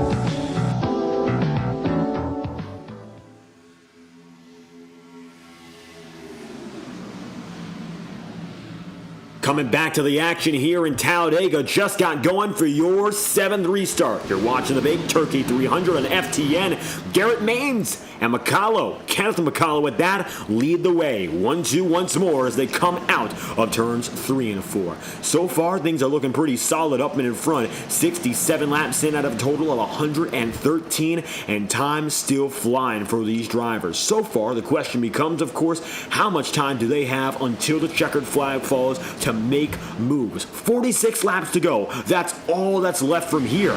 And honestly, we've gone through more than that and then some. We're coming up with a lap 70 marker pretty soon. We passed by lap 45 about a half hour ago. The yellow flags admittedly have been a little bit of a hamper to our green flag pace, but make no mistake, with the field now becoming significantly smaller, 35 drivers all in the lead lap and only about 25 of which who are connected to your main grouping here, we're going to see a little bit of a more contracted group. Not going to be less intense, not going to be less aggressive, but it's not going to be as massive and expansive as what you saw for the first half of this race. And if there's any more big wrecks, no doubt we're going to see a lot more of that continue as the night goes on. Garrett Maines and Kenneth McCullough, two of the drivers who have been here since the jump, well, they find themselves leading once again. And it's no surprise that Garrett Maines is back in the inside groove position where everything began. Kenneth McCullough, he's had to work for it himself from 4th to 1st, but how about Malik Ray? Malik goes up to the top side, and here he has it 3 wide, and he's got assistance. The NASCAR Coke Series drivers are now top and bottom, and leave it to the professionals to go 3 wide all over again with 45 laps to go. A little bit more of that antsy weaving and bobbing back and forth, and maybe some drivers getting more nervous, but this is what happens with less laps, less time on the line. McCullough knocks into Maines. A contact between your leaders and almost a direct replica. Oh, there it is. Yellow flag, Richard Elliott, and many others involved. The caution is out. And we did say almost a direct replica of our 4th caution of the day. Well, just a few positions behind. Take a look at this and our overhead angle.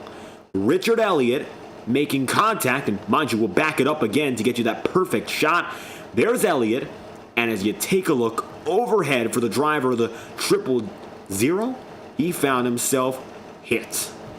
This is 1 lap, by the way. We're going to move it back up to the lap of the incident. Contact is the 0 moves into Kyler Wynn, moves into the number 80 of Larry McDonald, then hits the number 44.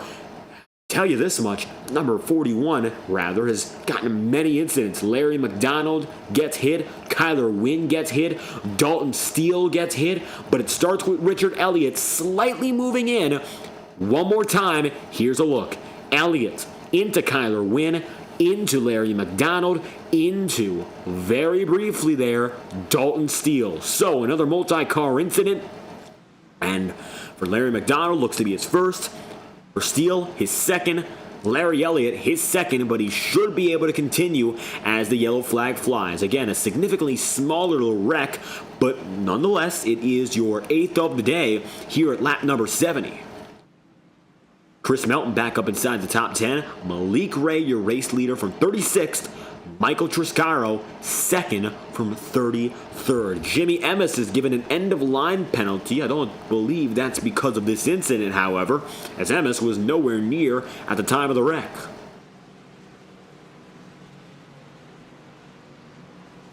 Jimmy, mind you, was the cause of caution for one previous incident, so for that end-of-line penalty, looks to be a completely different issue. Yellow flag is going to fly, and pit road consequently becomes rather packed.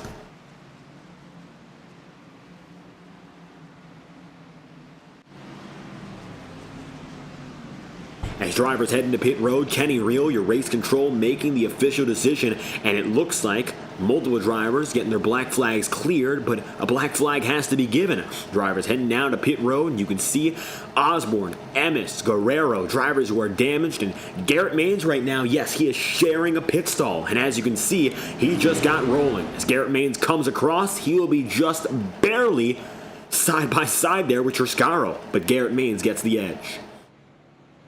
No fault for that yellow flag, as it looks like Elliott and Kyler Wynn going to be seen as a racing incident, so no driver will be assigned the blame as a result of that caution. It's the first racing incident of the day of our 8 cautions we've had so far.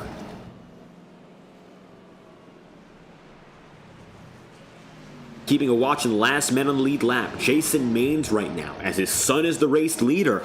Well, it looks like it's going to be number 26 of Maines, 35th and last on the lead lap. Garrett comes up side by side between the Maines family right now, although that's definitely not for position. Maines is going to be given the chance to get back around to, of course, get that lead lap status. Corey Cook right now is 4 laps down, and looks like that number 61 going to be given a chance again to get back 1 lap. Won't be back on the lead lap, mind you, but does get a chance to move up ever so slightly.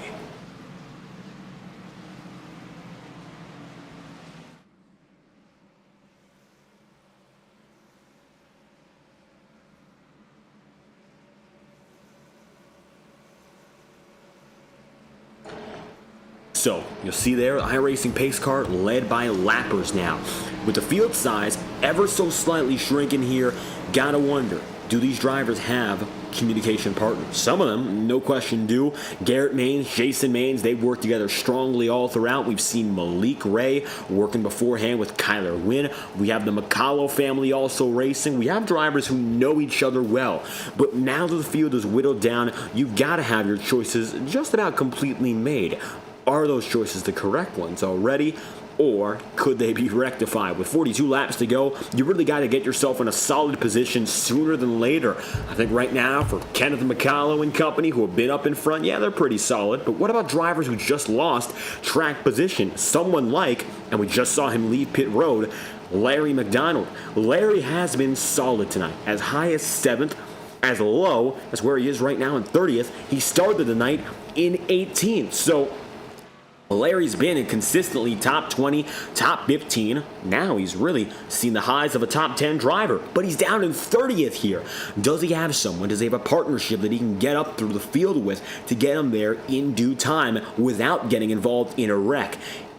Oftentimes, we say of Talladega and Daytona that the communication is key above everything else. Everyone can go at the same speeds, but do you have the right know-how to work with the drivers around you and get away? It takes finesse above all things to work with a driver and make it through a pack that's going at the exact same speed as you. Nobody has a clear advantage in pace. The advantage comes instead in how you control the field around you. 1 lap to green this time by. We'll head back with 40 laps remaining.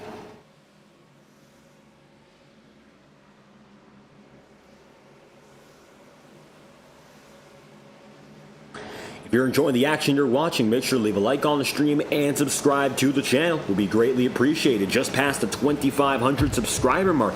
Kicked off the year with just over 1,000, and we've been able to double that number and then some throughout the entirety of 2024. That was surpassing our expectation. We were expecting the goal to be 1,500 this year. We did that and then some, and it's been a wonderful journey so far, bringing the action to you, not only with our iRacing coverage, but bringing back for the second season our coverage of the HCBB Roblox Baseball League virtual sporting, covered best on FTN Broadcasting. Garrett Maines might know a thing or two about that. He's been through the Road to Pro Ladder broadcast on an FTN as well, and he's been perhaps the number one guy on that inside line all night long. He got the pole position using it, he started the race there, and he's there once again. It will be Garrett Maines and Michael Triscaro, positions number 1 and 2 with 41 laps remaining. Here we go again, as it's going to be Maines pushed off the line. Not his best start by a long shot, and that will give Triscaro a chance on the outside with Chris Melton.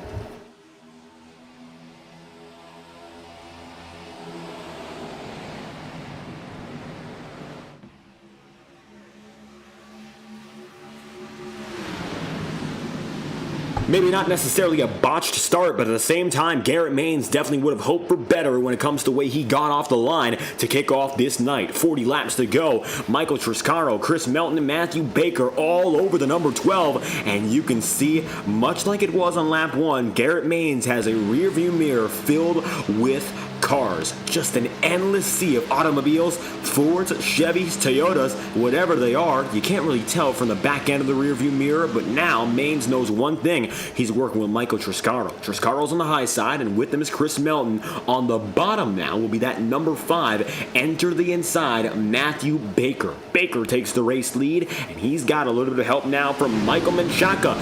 Menchaca's interesting because he has caused 2 incidents on the night. If Michael is to cause another, he would be given a 2-lap hold, and effectively his chances to win today would be over. So Menchaca's a risky man to work with here. He doesn't have the best track record, admittedly, and is the only driver so far to be on that strike 2 of our 3-strike incident system. So proceed with caution. Maybe that's the warning or the word of advice drivers have given each other here.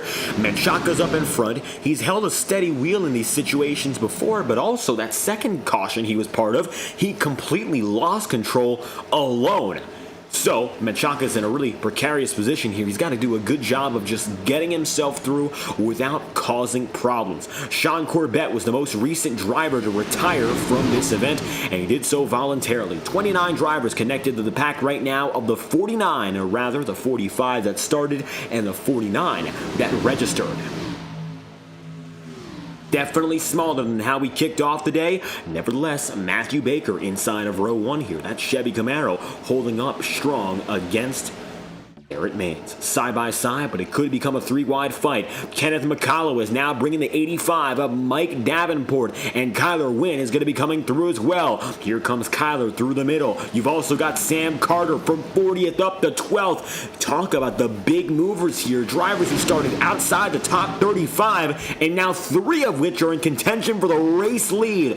Corey Buskirk is going to end the night for that campaign. It looks like Corey's going to bow out rather early. 998 finishing in 37th. Meanwhile, the rest of the field here is still going toe-to-toe, and the 85 pushing Kenneth McCullough up to a shot for the race lead.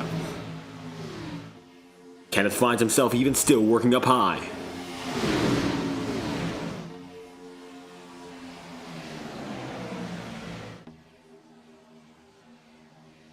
A little bit of contact again. That's going to be again Michael Menchaca. Menchaca 4 wide in contact there, and it's going to be just barely moving out John Mollahan. The 32 of Menchaca proves unstable once again. He'll fall back outside the top 10, and John Mollahan, about 30 degrees sideways, keeps it together.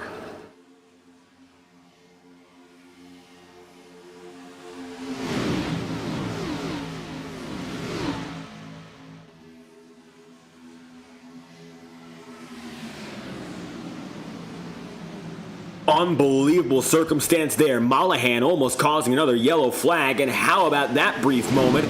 Kyler Wynn, Matthew Baker, DJ Daniels still in the mix now. It's going to be completely 3 wide. And how about this 0-2 of Logan York? Haven't spoken a lot about the Microsoft Excel 0-2 tonight.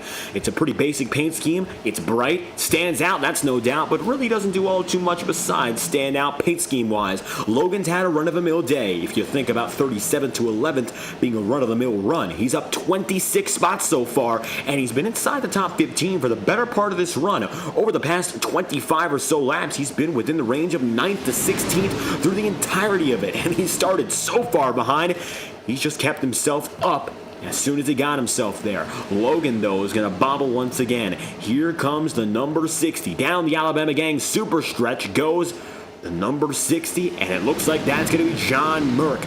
Kenneth McCullough, your halfway leader, side by side, still with Garrett Maines. They made contact before, and all those minor bobbles might give way to contact once again.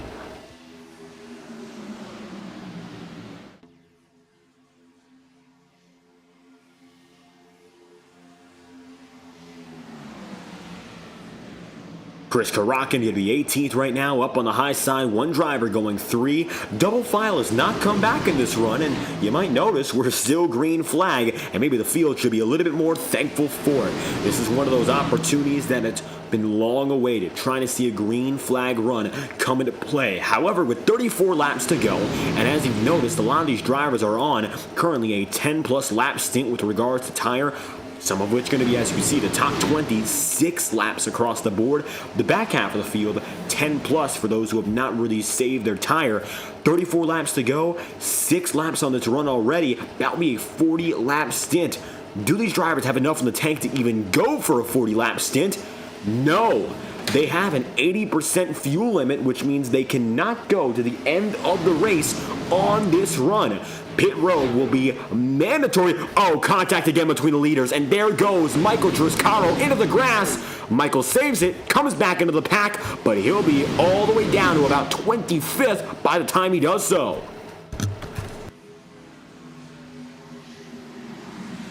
Michael Triscaro gets back again in the pack, and luckily does so with little incident returning, but that merger could have been nasty. We saw Jason Maines had a nasty merger earlier, and there goes a few lappers up top. The number 33 going to be passed rather quickly. That was Trey Whitehead being put another lap down. The field is now led again by Kenneth McCullough, and this time he proves to be the man leading the field alone.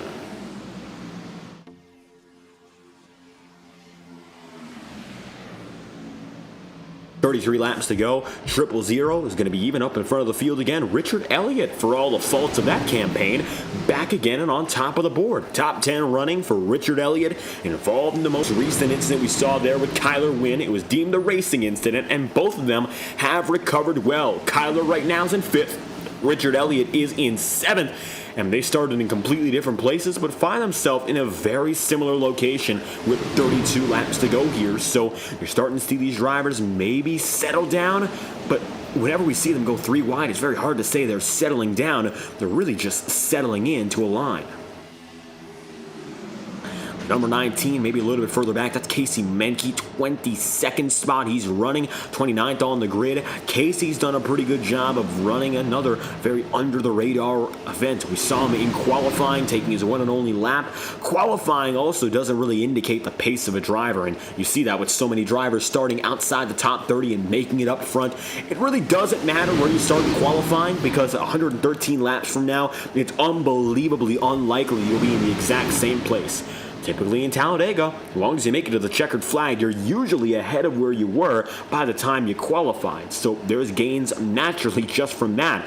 And then, of course, if you're in the draft, you're usually given at least 1 or 2 chances to push your way up through the field naturally.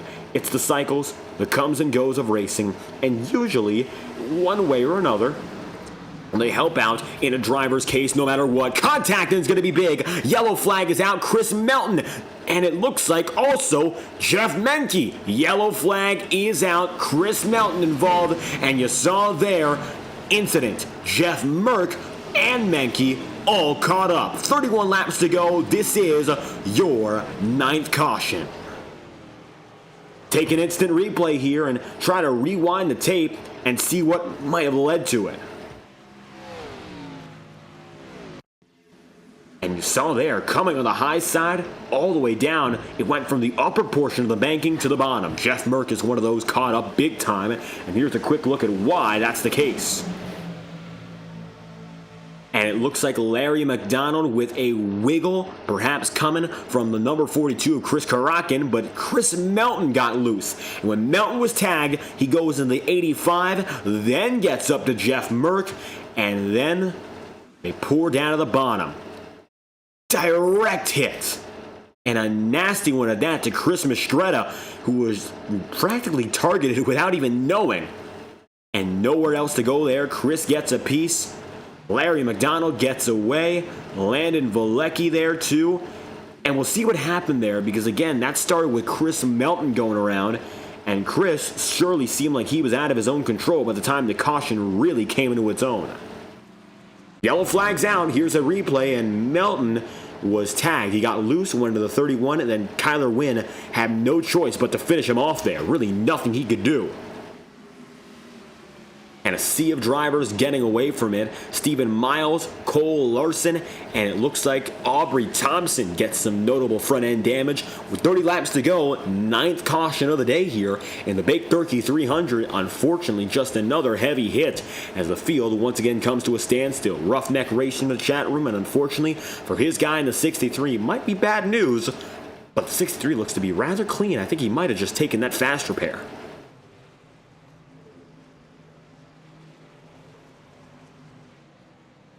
Garrett Maines, all things considered, leading with Kenneth McCallow, John Mollahan, and Matthew Baker. 1, 2, 3. We'll go green again with 27 laps remaining, which means we come up to lap number 87 of 113.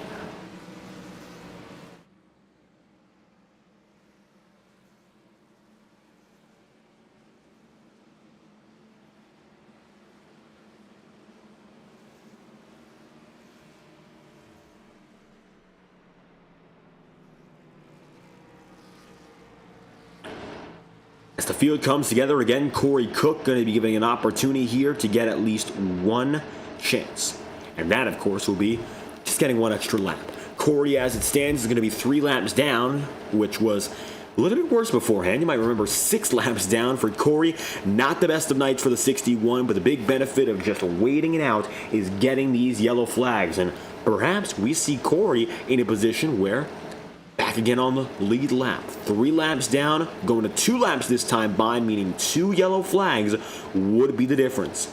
Not unlikely we see that being the case. Chris Melton, end of line penalty, and he will be deemed the cause of the caution.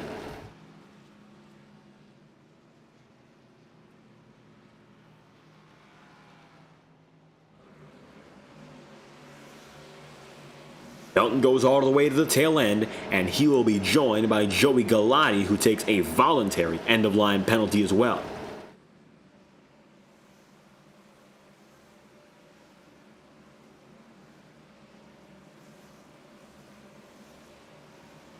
So, with this race now 85 laps deep, just a quick reminder regarding time. Sometimes it comes into play, other times not so much. We have 58 minutes to get to the end of this event, which is 29 laps. Safe to say, we will make it to the end of this race with no concern. So expect to see, one way or another, a green flag finish. Overtime procedure will be underway as well, but these drivers have multiple chances.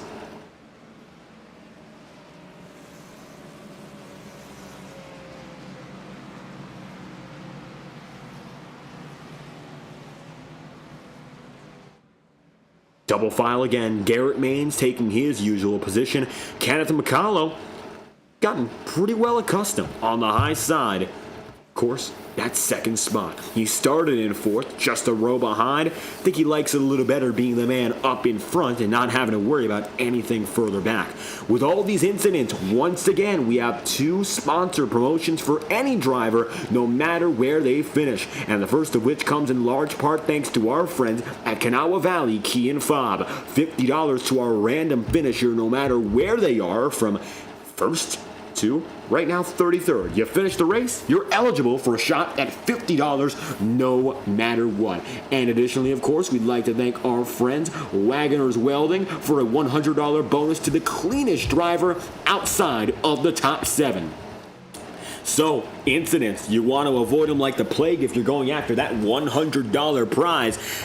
And then from there, of course, keep in mind, no matter what, $50 on the table. I'd like to thank Wagoner's Welding, of course, and Kanawha Key and Fob for bringing the action to you here with McCallum Motorsports and adding an extra $150 to an already lucrative prize pool here for the Baked Turkey 300.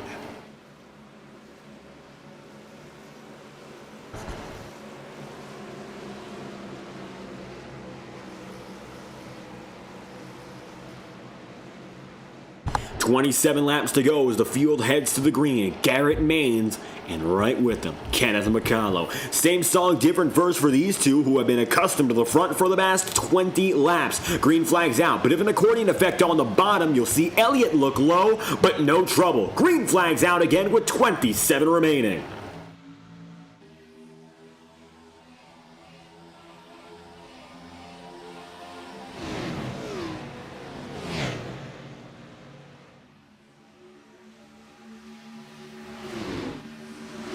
Garrett Maines is holding forward, and as is, up on top, Kenneth McCallow. 2x2 again, Malik Ray going to find himself right in the middle of the field. We haven't talked all too much about Malik for as much as we've seen Kyler win, and of course, Garrett Maines control the field. Malik Ray, maybe the most silent of our NASCAR guys tonight, although he's going to get real close to contact there. Logan York, I think that was a little bit too close for comfort.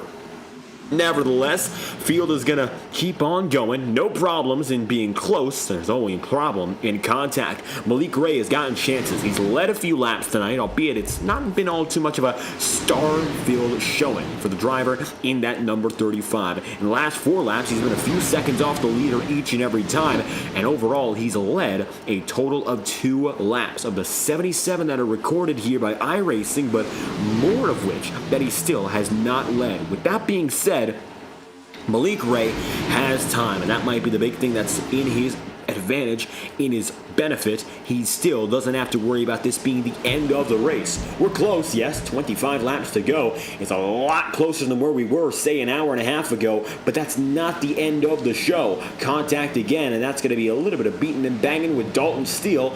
Dalton really rubbing up against that number 35, and it happens again. Looks like Malik Ray is not going to be afraid to lay up on that door panel, and luckily both of them don't give. But I think the more we see that leaning and rubbing back and forth in a moment like this, the less it becomes desirable and the less it becomes reliable. These drivers are eventually at some point going to give less and be a little bit less, shall we say, forgiving of the drivers around them. Jeremy Osborne going to call the night. He will finish in 40th tonight, 19 laps down as it stands, and spent a majority of that. Yellow flag is out. Malik Ray, among others, big time getting away, but the rest of the field is demolished. Cautions out. There goes Melton with them. Casey Menke just gets through. Huge contact for Corey Cook, Cole Larson, and a whole pack right behind. Yellow flag is out, and another big one with 25 laps remaining.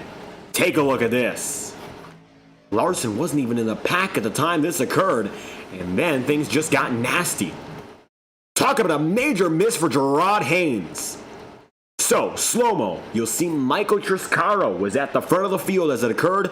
Triscaro was spun, and that's because contact. So Steele hits Heather Job, and it looks like Heath, rather, gets up into Triscaro. Triscaro comes down and in, and that's what sends the field into chaos. Chris Karakin ends up down low. Michael Triscaro slides. The 85, almost perfect. Might have just been. Talk about an avoidance there. But smack hit the driver, who eventually gets the least lucky of which. That's Michael Anthony.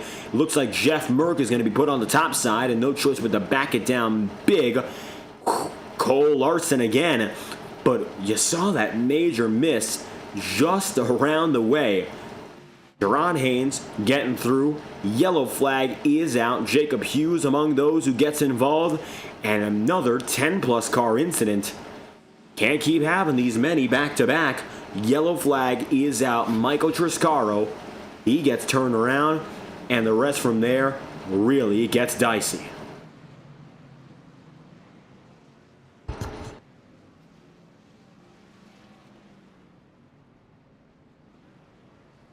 So with that said, pit road is busy once more, and as you can see, it's been like that all night, and Kyler Wynn decides to stay out. He's going to keep with them Garrett Maines, and it looks like just behind Malik Ray. A fitting trio to be together again, and with 23 laps to go, that's exactly where they reside, the front of the field. Kenneth McCullough also going to find himself in fourth here. The iRacing timing and scoring loop will catch back up, scoring Larry Amos at the front, although that's not the case. We'll see what's happening now. The 98 has been able to get up to the lead before, although he did so by the same position, just deciding to stay out on track.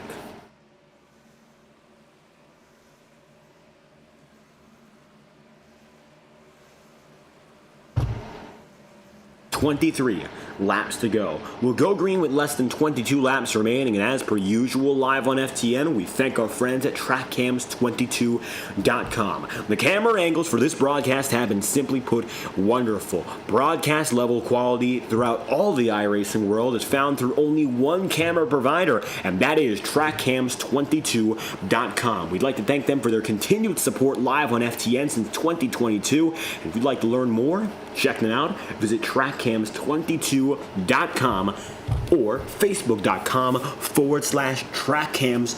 That's all you need to do. Check their webpage out. They've got multiple subscription platforms for oval racing, for road racing, and what the best thing is about their subscription package is you purchase once, and then from there you get the continued updates that go with it, or you can choose to go for, of course, the monthly cycle. There's a lot you can do with their cameras when it comes to broadcasting, personal replays, highlight reels, things of that nature, and of course, there's no limit besides your imagination with these cameras because they can be fully customized based on their broadcast quality based output. So visit TrackCams22.com today. If you want to check out how you can start your iRacing broadcast career, we recommend one thing: step yourself apart from the rest. Set yourself up different. Set yourself up with the best. TrackCams22.com, the best in iRacing cameras.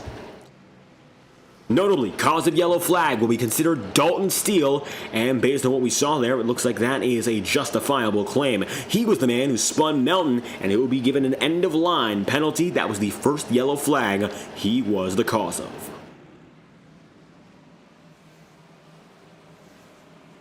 Major shout out again to Kenny Reel helping us out with the, of course, off-tracking, doing the work of race control tonight. A lot of drivers to keep track of and a huge field to account for with money on the line as well. So keeping things calm and collected, that's the biggest of all deals. Luckily, Kenny's done an amazing job at that, and now he finds himself at the top of the board, of course.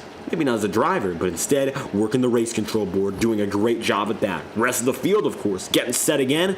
You'll have Kyler Wynn and Garrett Maines together up in front.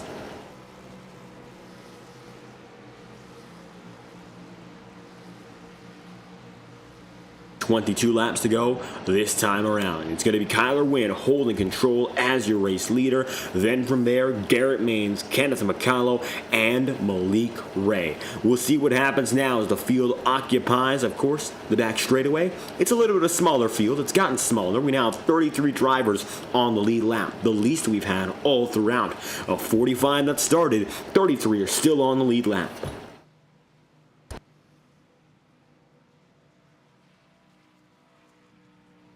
And still coming, the last of which, that's Joey Galati in the 661. Garrett Maines is going to lead his third consecutive restart here. Didn't get the chance to do so for quite a few of these if you saw through the middle portion, but it looks like ever since that point, really no shaking the driver in this number 40. Garrett Maines looks confident to finish off the job with $300 in his back pocket. But to do so, he's got to last the final 21 laps. Before we get to that point, however, we are going to crank things up live on FTN with iRacing's best cameras. Visit TrackCams22.com as we get things loud and live from the virtual high banks in Alabama. 22 laps to go. Let's crank it up with our friends at TrackCams22.com.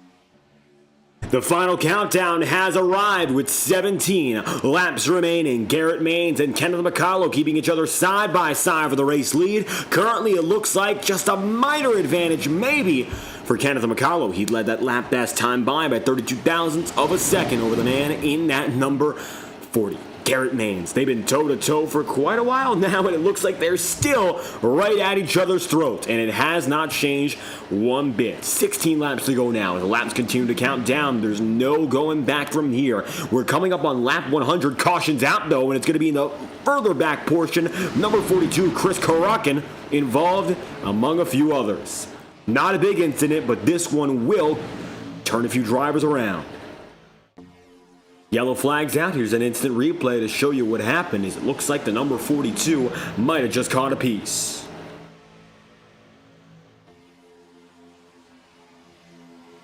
Contact. Yep, looks like he initiated it, in fact, and then multiple drivers involved. So that was Chris Karakin involved with Josh McCullough, and lastly, Vicente Guerrero. It looked like Guerrero hit by Karakin, and collateral damage was McCullough. Most likely, number 42 will be considered the cause of the incident, and he will be given an end-of-line penalty as a result of that wreck. Looking up to the front of the field here, timing and scoring will show you that Garrett Maines still holds sole control. Chris Karakin will be deemed the yellow flag cause, officially. Kenny Reel saying so, and that means a little bit more than what we say here in the broadcast booth. 15 laps to go, just a little bit of time before we get things going once again. You're watching the Baked Turkey 300. We're going to take a brief moment and step aside with non-stop coverage so you will not only not miss the green flag action, you won't miss the yellow flag action either. You're also going to see some messages from our friends who are responsible for bringing this action to you. You're watching on FTN Broadcasting. We'll take a moment to thank our partners, and we'll return right after this. With now just 15 laps to go in the Baked Turkey 300, you're watching MMS on FTN.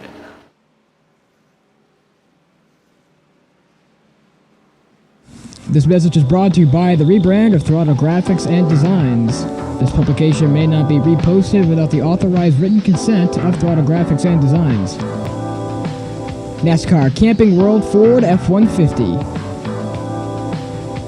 NASCAR Xfinity Ford Mustang. NASCAR Cup Series Next Gen Ford Mustang. Arca Menards. This has been the publication of the redesign and rebranding of Throttle Graphics and Designs. This message may not be reposted, republicated, or rebroadcasted without the authorized written consent of Throttle Graphics and Designs. Thank you, and thanks for your time.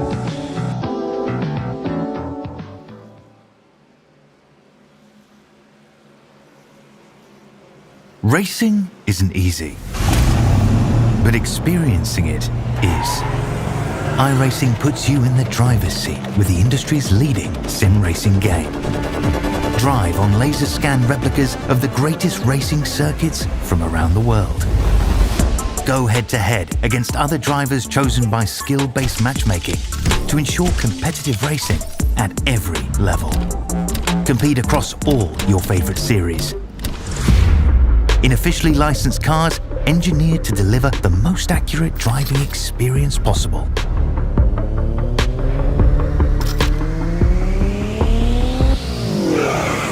Join a race or host your own with players from across the globe. Race against the computer or in a league with friends. Feel the thrill behind the wheel. Visit iRacing.com.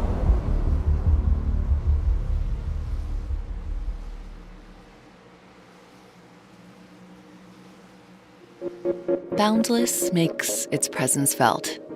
It will not be ignored. We're helping turn ideas into reality with a wealth of building products that take every architectural style to the next level. This is what it's like to imagine, build, and transform anything we want into exactly what we seek. This is what it means to be boundless.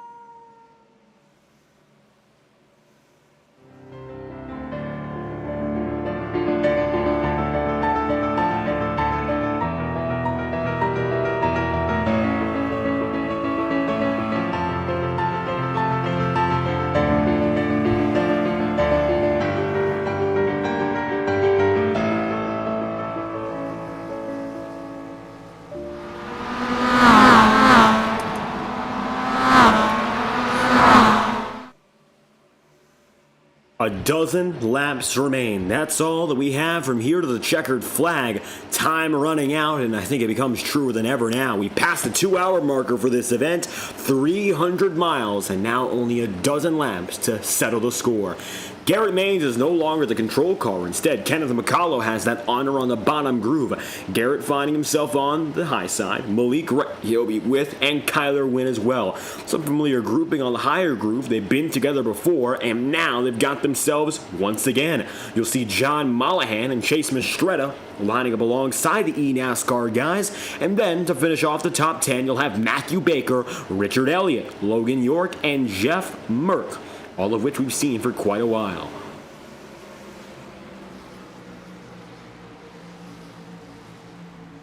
The iRacing pace car ducks low, and so this time around, Kenneth McCullough getting the shot on the inside groove he hasn't had for now more than 30 laps. Been a while since we've seen that number 8 taking it to the inside groove. Can he use it to his advantage? Not quite. The outside gets off better with Garrett Maines and Malik Ray pumping up to the front. Green flags out again for lap 102.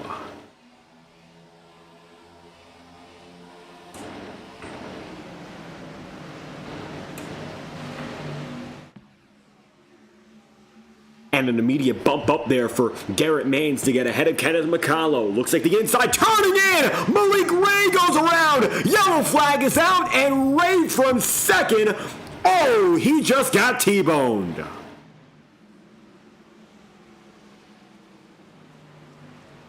And minor contact gives way to another massive hit. Yellow flag's out. Let's take a look at that entire lap in context here and give you a better look at what led to the incident. Take a look from afar. Malik Ray, the first time we've seen him up here in the late stage, and he gets decked, to put it simply.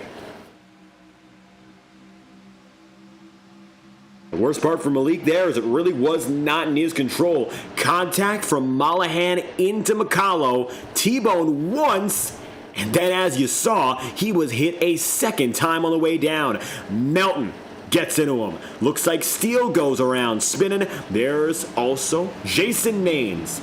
And a huge hit for multiple others. Kenneth McCullough meeting another at the very end of the incident. Corey Cook. The hood is popped, and all that effort going down to pit road after the long recovery to become 3 laps down. Kenny Reel's call is John Mollahan, yes, is the official cause of caution.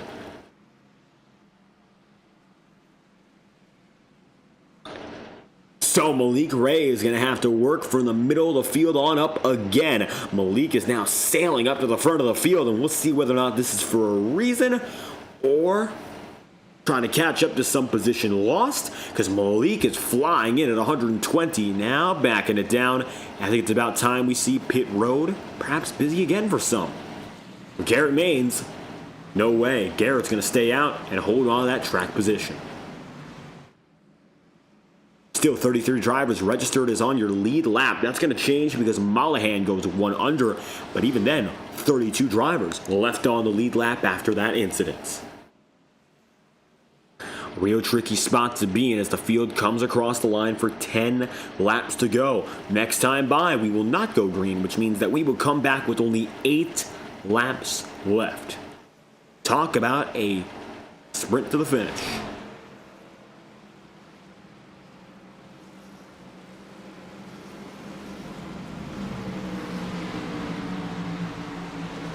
Kyler Wynn and Garrett Maines will be the drivers that start alongside each other. Then you got Chase Mistretta, Matthew Baker. Baker been very good tonight. He's been up inside the top 5 conversation since the very start of this race. Moreover, Logan York and Jeff Merck, they find themselves 6th and 7th right now.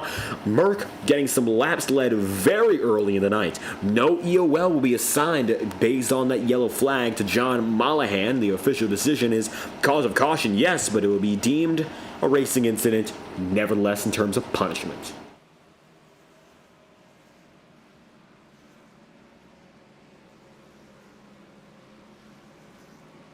Biggest mover so far has to be the man who's gone 36 places. Kyler Wynn, 38th to 2nd. What a race. And right by him, right ahead of him on the timing screen anyway, you'll see the man who has done perhaps the exact opposite. He has gone from first to first over the course of 100 plus laps. That is Garrett Maines. Finds himself the leader again. The biggest mover of the race will line up alongside your pole sitter for a chance to finish this night off. 8 laps to go and we go back green. And this will most likely be the definitive run. And if it isn't, we'll go to overtime procedure. Any caution after the 5 lap to go point, which tonight will be lap 109, will bring us to an overtime finish, which means the race will be extended and we will go beyond the advertised finishing distance. Reminder, prize pool structure goes as follows. $300 to your race winner at the end of night. Second place, $230. Third place, $175, and fourth goes $150. P5 is going to be $125. Sixth, $110 on the night. And seventh place, that's going to be a $100 pickup. Nonetheless, if you're in the top 10, you're in for more than a 50% chance of getting paid quite well, to put it lightly. The Baked Turkey 300 is giving a lot to these drivers, and now the chance to really reap the rewards. And again, random finisher and cleanest driver awards are available, which will give $50 and $100 respectively.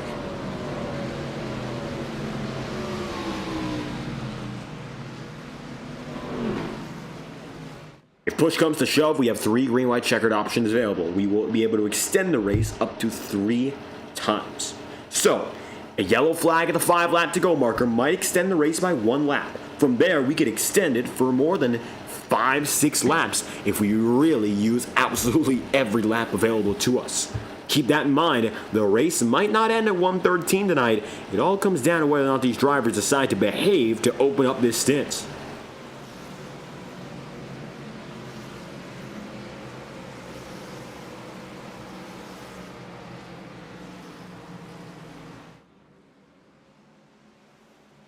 Single-digit lap counts, perhaps the most intense portion of this race. With more than 30 drivers still on the lead lap, there is absolutely no guarantee we're going to see these drivers bow down easy.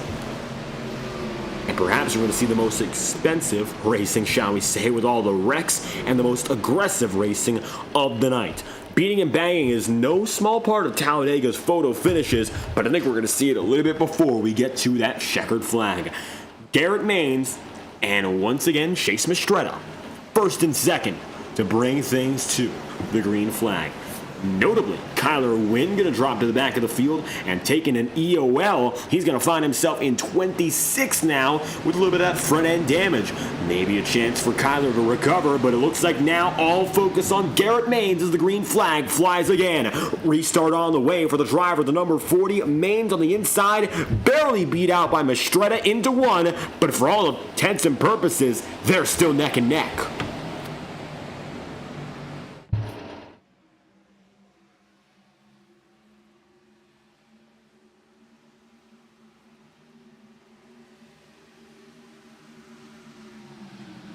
Garrett Maines, 1 car length. That's the advantage now with 8 laps to go. Up on the top side, Mistretta, for the first time all night long, has the support he needs to really have a chance at the win. And that's something that we haven't seen from Mistretta all night long. Not to say he hasn't had the pace, but he simply hasn't had the backup.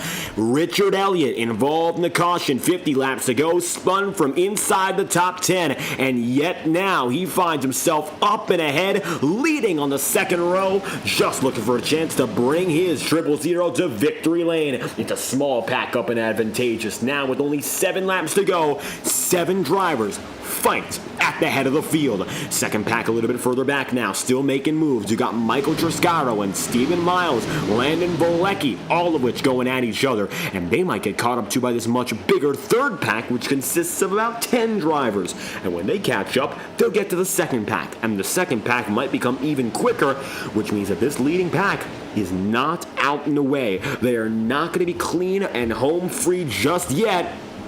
They've got to do a little bit more work if they want to fight alone for the race win. Granted, right now it's going to come down to whether or not Gerard Haynes does the right job here. He looks like he did. He let off. He let quicker drivers go through who just bursted up and ahead of him. And so, as a result, the new man leading this charge will be Stephen Miles. Miles now has a chance to connect the two packs, and it looks like he's doing a wonderful job of just that, coming in hot at now more than 192 miles an hour. Here comes Stephen Miles, and with them more than 15 drivers all together, looking to make this race even more exciting with 6 laps to go. Miles is in, and the rest of the field who are following him, well, take a look.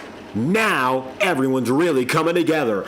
Moment after moment, everyone gets even tighter up to Garrett Maines. Your leading pack is now more than twice the size. We've got just about 29 drivers connected to Garrett Maines and Chase Mistretta. Contact in the back. Yellow flag's out. We might be going to overtime. Aubrey Thompson goes sliding, and the yellow flag is out. A caution with 5 laps to go means that we might have just entered green-white checker territory, which means that no matter what, we will have at most 2 laps of green flag racing left. First and foremost, let's review this incident. Checking out what happened, it's going to be Aubrey Thompson who's involved in this incident. Unfortunately for Aubrey, so late in this race, and a multi-car incident at that. Sliding into pit road. Here's a brief look back. Kenneth McCullough among those who were right alongside Aubrey before the wreck. So as it happened, the Carolina native saw contact, dodged it, and then got hit. So Cole Larson was at the start of this incident. We'll bring it back to the heart in which the number 20 got things going. Instant replay here, 15 seconds back with Cole Larson.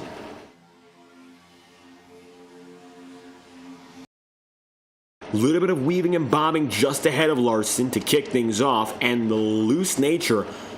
Yep, that's what kicked it off here. You could see the number 42 loose, then into Larson, and that's what causes Aubrey Thompson to get involved. Heath Job gets away, but most importantly, a chain reaction. Chris Carrucan also gets himself a little bit of contact, barely avoids Aubrey on the way back up, and about a 4-car pileup gives way to your potentially final yellow flag of the night. Yellow flag number 11 so far.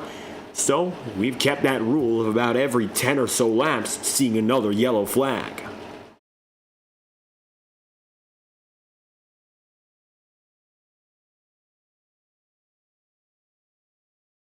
Four laps to go, and your leaders are at a standstill. 55 will be officially determined as the cause of the caution. So, as a result, Mike Davenport given the wrap of yellow flag causer. He'll be given an end-of-line penalty as a result of that one. Chase Mistretta, Garrett Maines, Richard Elliott, Matthew Baker. Those are your drivers scored as members of the top 4.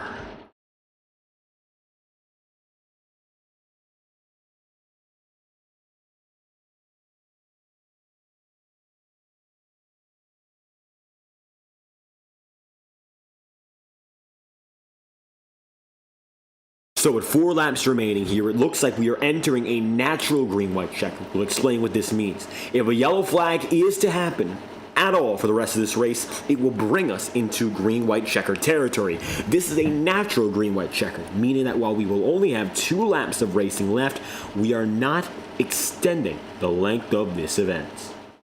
As a result, we're going to see a little bit more of this race maybe than we expected in the 113 lap window. Any other cautions will bring us beyond 113 laps and stretch the race, where we will still only have 2 green flag laps left. We're coming up very close on midnight here to end the 30th of November. December, wow, it's coming up rather fast. Live on FTN, we got a few more things to finish off the month. The Iora Cup Series Championship will be determined in December, which means, wow, we're really 20-some minutes away.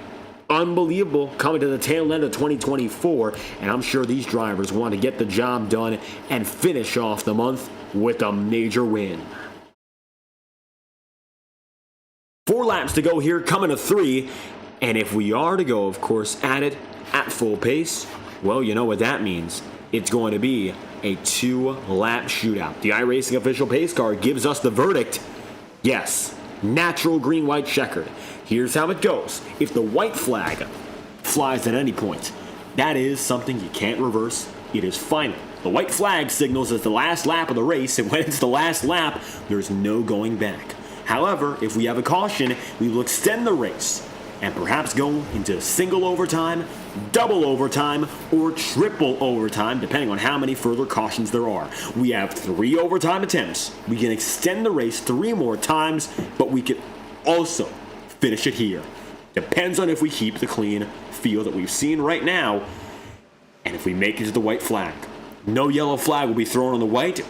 Leaders will race to the checker to determine who wins the $300 prize.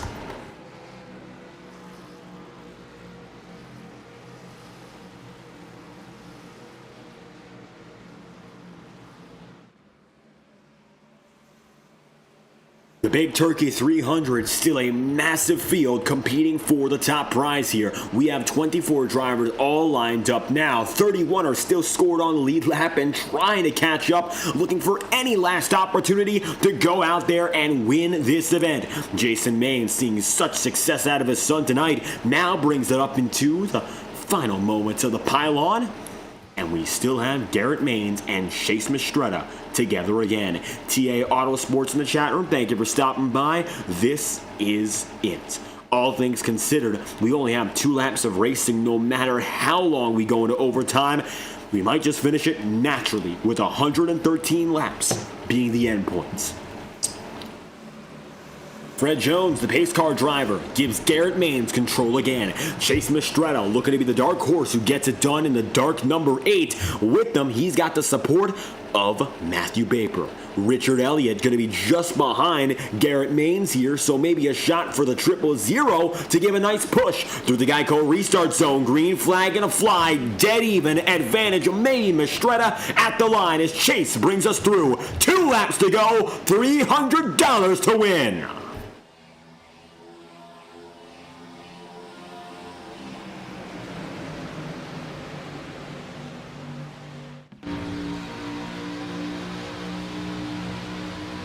Looking aboard now, Stephen Miles, the number 24, sees the caution fly. Yellow flag's out. We are going to overtime.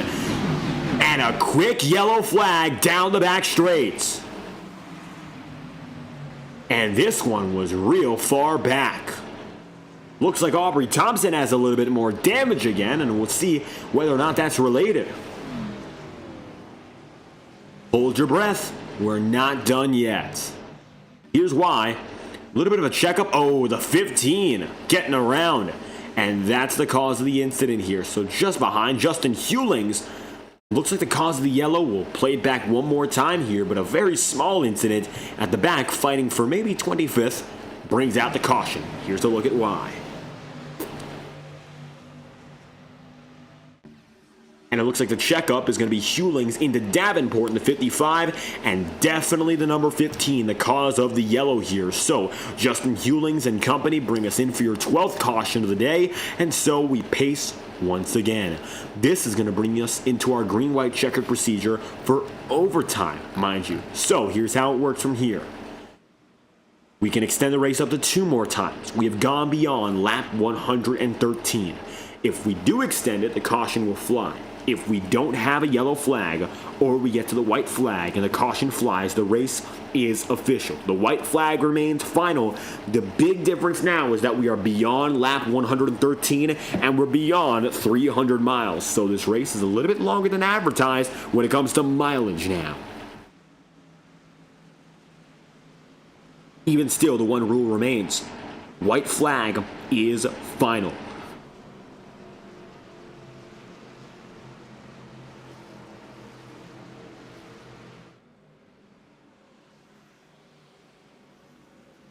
Garrett Maines coming across the stripe here, and the iRacing pace car will give us the verdict. Do we go green this time, or do we wait one more lap? These pace laps at Talladega, they are by no means short. So usually we see the iRacing pace car give us a favorable decision a little bit earlier than other tracks, and it looks like this time not the case. One extra lap going to be run, then we get in formation, and then we go one lap to green.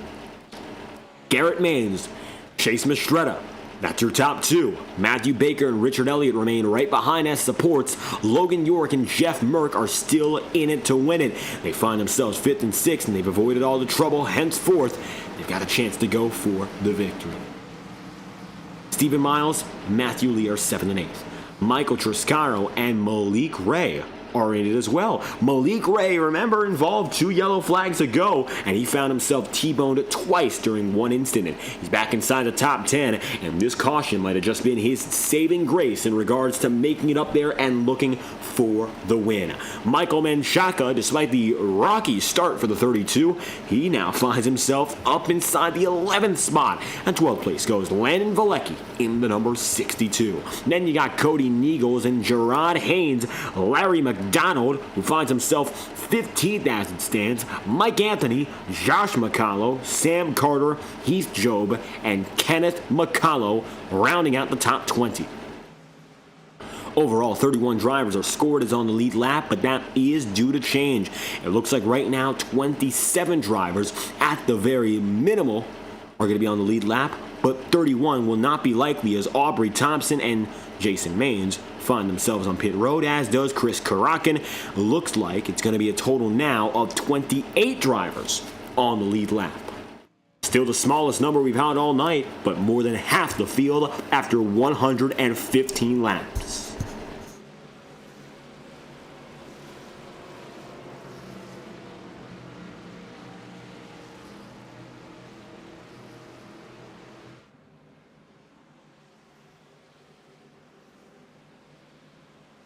Coming up on the very end, no matter how you slice it, the end of November going to come through an iRacing event, $300 on the line, of course, for your race winner. For Garrett Maines, he's been in this position, of course, looking for big wins before, and for many of these drivers, I'm sure they've been here enough in MMS competition to know it all comes down to those next 2 laps.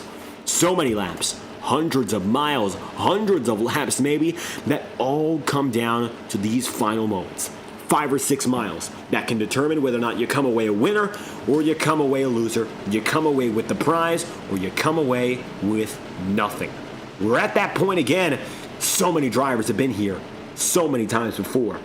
Few get lucky, even fewer do it multiple times over. I mean, we've seen a lot out of Garrett Maines tonight. He is the pole sitter. He's been up there leading the most laps on the day. But you got to look back to these drivers who have fought from 30th, 35th, 40th on back. We have some of them who have been fighting all race long. They're here now. We're going to see a different attitude out of them in this run, no matter what. And a reminder, we get to that 1 lap to go signal. That's it. No matter what, the white flag gives the drivers the chance to run for it and win this race by getting the checkered flag first. Caution, of course, we're going to stop things and cycle together again, but when we get to the white, there's no turning back. This is it. If you got a driver you're rooting for, let us know now. The favorites, the underdogs, and everyone in between, they're going for the money and they're going for the win. It's overtime attempt number 1 here in MMS competition. Tonight in Talladega, the Baked Turkey 300 ends overcooked.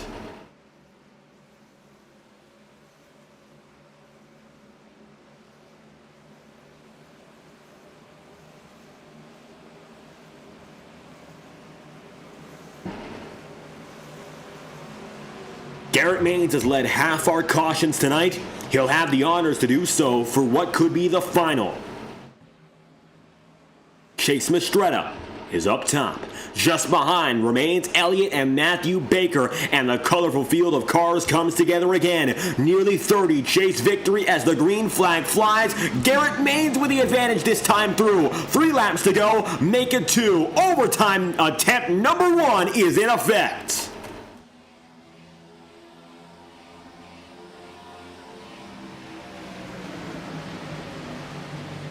If they make it to the white flag, it's all over this time around. That, of course, becomes the question. Can we keep it clean to get to that point? Garrett Maines right now being shoved hard by Richard Elliott. Elliott getting a shove from behind him. And while Elliott right now plays the role of the pusher on the inside, he's got a lot more drivers to answer to than just Garrett Maines. It is a sea of drivers locked in. One by one, they go on the inside, and they got to deal with the middle too. Garrett Maines goes up top. He'll give Richard Elliott room down low. Side by side, new battle up and ahead. Maines decides to work now at Mistretta, and he'll be the man to push him across the line with 1 lap to go. White flag is out. It's official. This is it. 117 laps in Talladega and $300 on the line. Gotta make it home clean to earn the paper.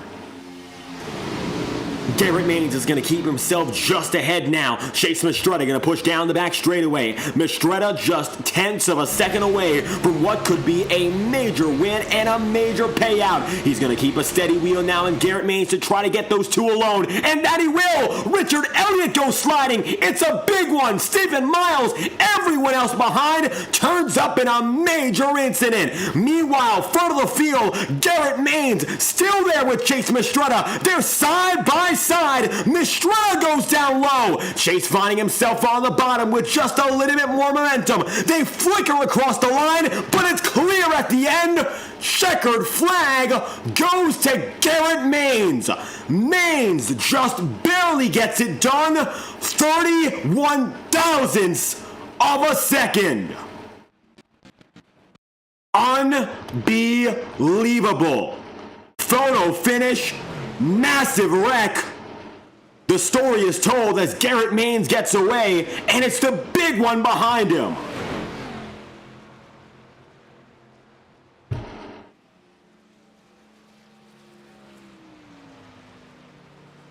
Perhaps predictable, but he did it again. Garrett Maines wins in Talladega.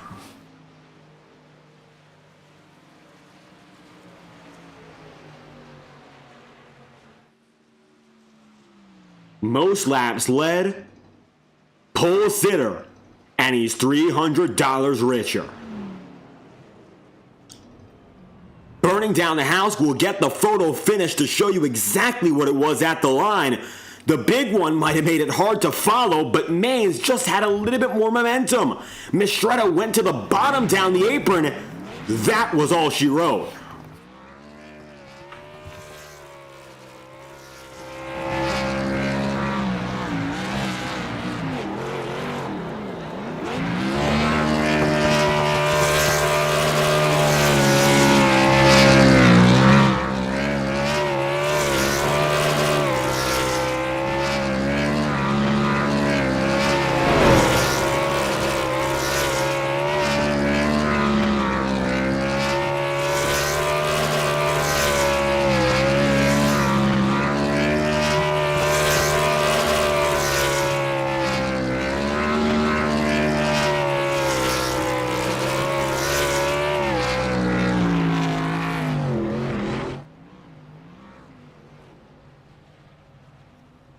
Garrett Maines gonna park it and finish off the celebration tonight. Now take a look back as you'll show, of course, exactly what it was across the line.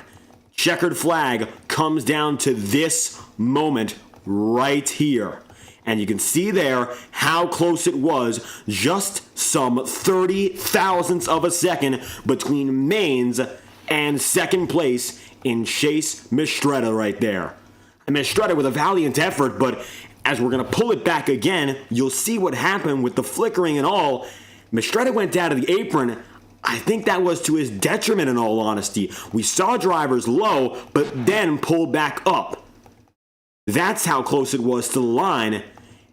And going down to the merge was not the best place to go. Maines just kept a steady head, and that's the difference between victory and defeat for Garrett Maines, who just barely got away. Mind you, frame by frame analysis of this one, you'll see Mistretta did go right by the yellow line, and it doesn't look like he fully committed to going below it. That's what it came down to. What a race. Garrett Maines finishes where he starts where he finishes, and he does it all over again. Checkered flag flies for Maines as he will win over Chase Mistretta, with Logan York in third and Richard Elliott finishing in fourth. Malik Ray, above all the chaos, finishes fifth, with Matthew Lee P6, Stephen Miles seventh, and Michael Menchaca getting away in eighth. It'll be Mike Triscaro in ninth, and Cody Niegels then P10. 11th place will be Jason Maines, and Kenneth McCallow finishes 12th, with DJ Daniels 13th, Casey Menke 14th, and Dalton Steele P15. Matthew Baker then 16th place, and Josh McCallow 17th. Gerard Haynes is 18th, with Mike Davenport P19 and Trey Whitehead 20th on the day. 21st place is then going to go to Chris Karakin, and then Jacob Hughes finishes 22nd. P23 is going to be Jeff Merck, and 24th is Landon Valecki, with Aubrey Thompson 25th, Larry McDonald in 26th, Mike Anthony in 27th, and Heath Job P28. Chris Melton is going to be then and there in 29th, with Kyler Wynn 30th on the day. Then from there, you'll see 31st, Sam Carter, David Sheets 32nd, Cole Larson 33rd, Joey Galati in 34th, Justin Hewlings 35th, and John Malahan 36th, with Jimmy Emmis 37th, Corey Cook 38th, Vincente Guerrero in 39th, and Mark Vondell P40. 41st from there, you'll see immediately after the fact, and that will be Corey Buskirk, with Jeremy Osborne, James Warning, Sean Corbett, and Shane Trotter, finishing out the 45 drivers that kicked off the nights.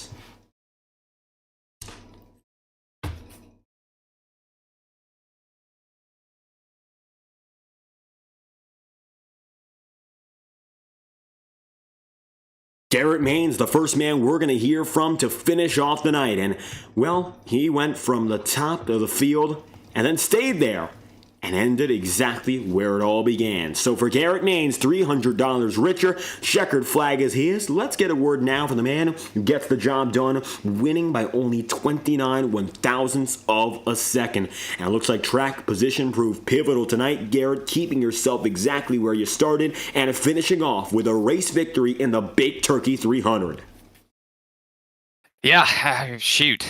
Didn't really didn't know what to think there at the end. I mean, just kind of in a spot all by myself. Didn't really have any teammates around me, but me and Chase were kind of in the same boat. And, he reached out to me and was like, I'm with you if you, need help. So I wanted to make sure I stuck with somebody, and I knew he didn't have any help either. So we made it work there at the end. He made every move right there. We got kind of lucky that they crashed behind us. We didn't have to fend off any runs. It was just drag race to the line, and track position was key in that situation. I got to pick the top, and was able to get that side draft coming back to the start-finish line. But overall, just, stayed out of trouble for most of the night. There was a lot of wrecks that happened literally right beside me or right behind me, so just kind of got away with one. And it looks like with all that massive incident behind you, it was just a drag race to the line. It looks like you just kept yourself on the high side, didn't worry all too much about Chase just at the end. Yeah, I mean, there wasn't really much Chase could do. He had one move, and, had he been able to get to my outside, that'd be different, but he could only go to the inside. And, he almost got away with it. Like, I don't know if there was a better time for him to pull it, because that really allowed him to get a pretty good distance on me. But, I mean, the side draft was just pretty strong there. I was able to get back to his quarter panel at the right time and get the run probably in the last 100 feet. So, yeah, I mean, it's obviously ideal night tonight. We stayed out of the crashes. We were technically, involved in two of them. They were directly next to me, but I mean, overall, great night for me. And a massive win when you talk about, of course, keeping yourself up and in front, leading those laps. Now, 113 laps, and we even went to overtime. So talking about the length of the race, how was it for you to keep yourself focused from beginning to end, to understanding there was a long way in between to get to the finish? Hey, every once in a while, I had to have my teammates remind me what the heck I was supposed to be doing, because I'm sitting there talking to chat, and they're like, pick the top. I'm like, oh, my bad. But other than that, I mean, these are actually pretty typical length races for me. It's, it's refreshing to be able to have these, races where you kind of have some attrition play into it, and you have to think about the long game. Fuel wise, we were good for, another like 3 or 4 of them, so we weren't really concerned about that. We had so many cautions on that last stint.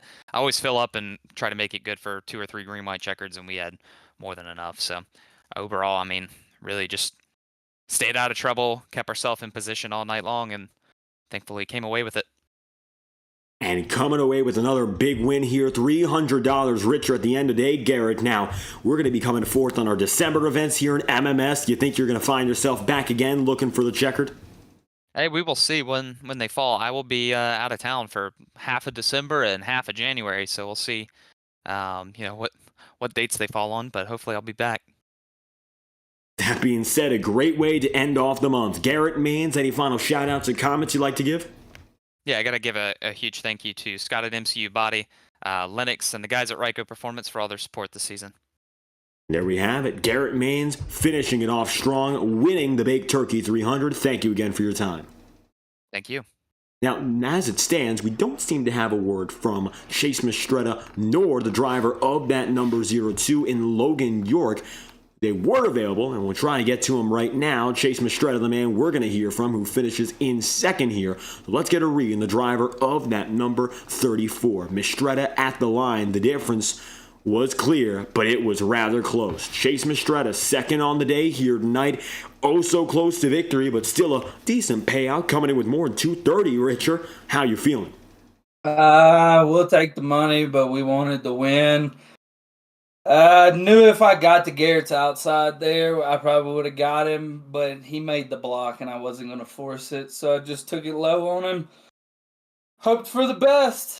Didn't get it, but we'll take P2.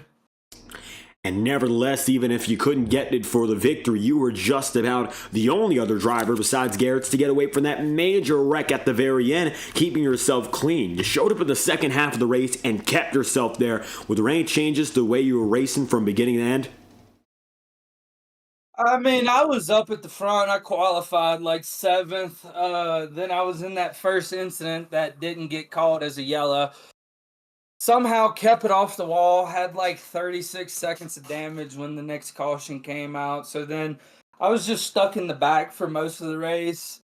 Had a couple opportunities to flip the track position, did it. There was one incident after the yellow. Jeff Merck come flying down the track and T-boned me on the side, broke my steering. I didn't want to give up the track position. I was top 10 at the time, so I just took the fast repair to keep the position. And it worked out. And making the right moves, as you mentioned, on pit road at the right time. A lot of cautions in between from the beginning to end of this one, so a lot of time on pit road. Anything specific you did with your strategy there, or just let it happen? I mean, most of the race we just took gas all race and no tires. I still had a set of tires left, so I only used 2 sets. We had 3. And looks like, with that said, keeping it simple to get to the end, Chase Mistretta, second place tonight. We've seen you before, of course, getting close for victory. Maybe a chance to go out there next month and chase the big checker flag. Yes, sir. Can't wait for it. I just want to thank all the boys over there at Nightmare. Garrett helped me out a lot there. He had my back, and he told me he had my back there in the after race. But he didn't have to jump up and give me that draft, but he pulled me back, and then we linked up and double cleared. So I owe Garrett for that one. I appreciate that. Thank all the boys at Nightmare, Cody, Matt, Landon, everybody. Thank y'all for putting this on. Kenny, Josh McCullough sucks. And so Chase Mistretta coming away runner-up on the night here in the Baked Turkey 300. Thank you for your time. Yes, sir. Have a good one. So Chase getting on the move. One final driver inside the podium, and the first of which to escape the mayhem just behind. Today was an up and down day, but it was all about the big gain. Starting in 37th, you end up our hardest charger, Logan York, up to 3rd to finish it off in the Baked Turkey 300 here. Yeah, that was a interesting race for sure. And walk us through, well, first and foremost, getting up from the back of the field, certainly not the best place to start, and making it to the checkered flag in one piece, starting all the way to the tail end where we saw many incidents. How was it for you to get up to the more competitive part of the field?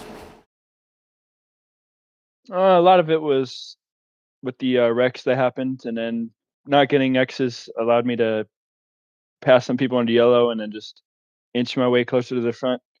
There was a lot of 3 wides, so it was kind of gridlocked during green, especially early in the race, like with like near that lap 50 bonus.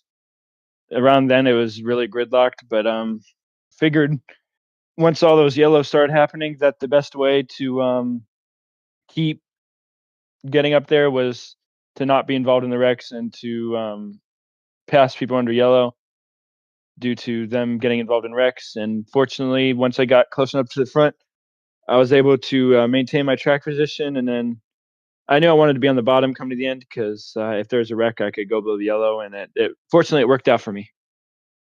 And everything working out just fine to escape all that we saw at the very end. Overtime finish tonight, and of course, with how long the race was, I don't know if everyone was sure to expect it, but it seems like you handled yourself quite well just making your way out of it. Were you worried at all about getting caught up in it? Nah, not really. Not when I'm on the bottom. I feel really safe on the bottom, especially when I'm that close to the front. Because I mean, I can see through my my mirror. I can see when they're coming down the track, so it's pretty easy just to go below the yellow and miss everything there. We got really lucky that Merck didn't hit me harder. So I still could have been involved, but yeah, I wasn't too worried about it. And it looks like no worry for good reason. Getting away, scoring a podium here. Logan York, very close, of course, to the big payout, but still coming away richer. How are you feeling about maybe coming back later in the month and maybe looking for more? Yeah, I always do these money races. They're fun. Definitely be there. Yeah, these are fun to do. I'm going to be there for the PGR 500 as well. Just all the big races I should be part of. It'll be fun. And so, as the checkered flag falls in the Baked Turkey 300, Logan York, any final comments you'd like to give? I just want to thank my teammate Samuel Carter and the Probably Band group. I want to thank you guys for broadcasting. I want to thank MMS for putting the race on. And then all the drivers that showed up, and then everyone that watches the broadcast and makes it possible. And that's it. And coming away with a strong run, Logan Pork finishing out the podium from 37th on the grid. Thank you for your time. Thanks.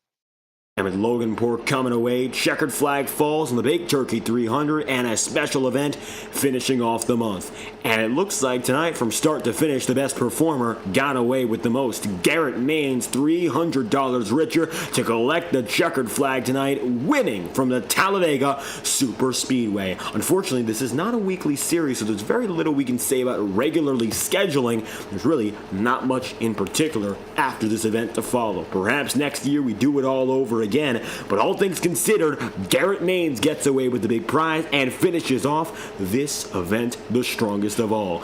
Coming away from the Talladega Super Speedway, top 7 are going to be paid at least $100 apiece, so overall, those receiving a prize will be Maines, Chase Mastretta, Logan York, Richard Elliott, Malik Ray, Matthew Lee, and Stephen Miles, 1st through 7th, down the order. As the checkered flag falls from the Talladega Super Speedway, we thank you for tuning in live on FTN to the virtual Talladega Super Speedway for coverage of the 2024 Baked Turkey 300. I've been your host, David Kreutz, commentating and producing, and if you enjoyed, make sure to leave a like on stream and subscribe to the channel. Your support is greatly appreciated. Tune in on Thursday night to the Iora Cup Series as their championship race continues from the hills of Sonoma, California for their Californian Grand Prix. Thank you for tuning in tonight from the virtual Talladega, Alabama. We hope you have a fantastic night.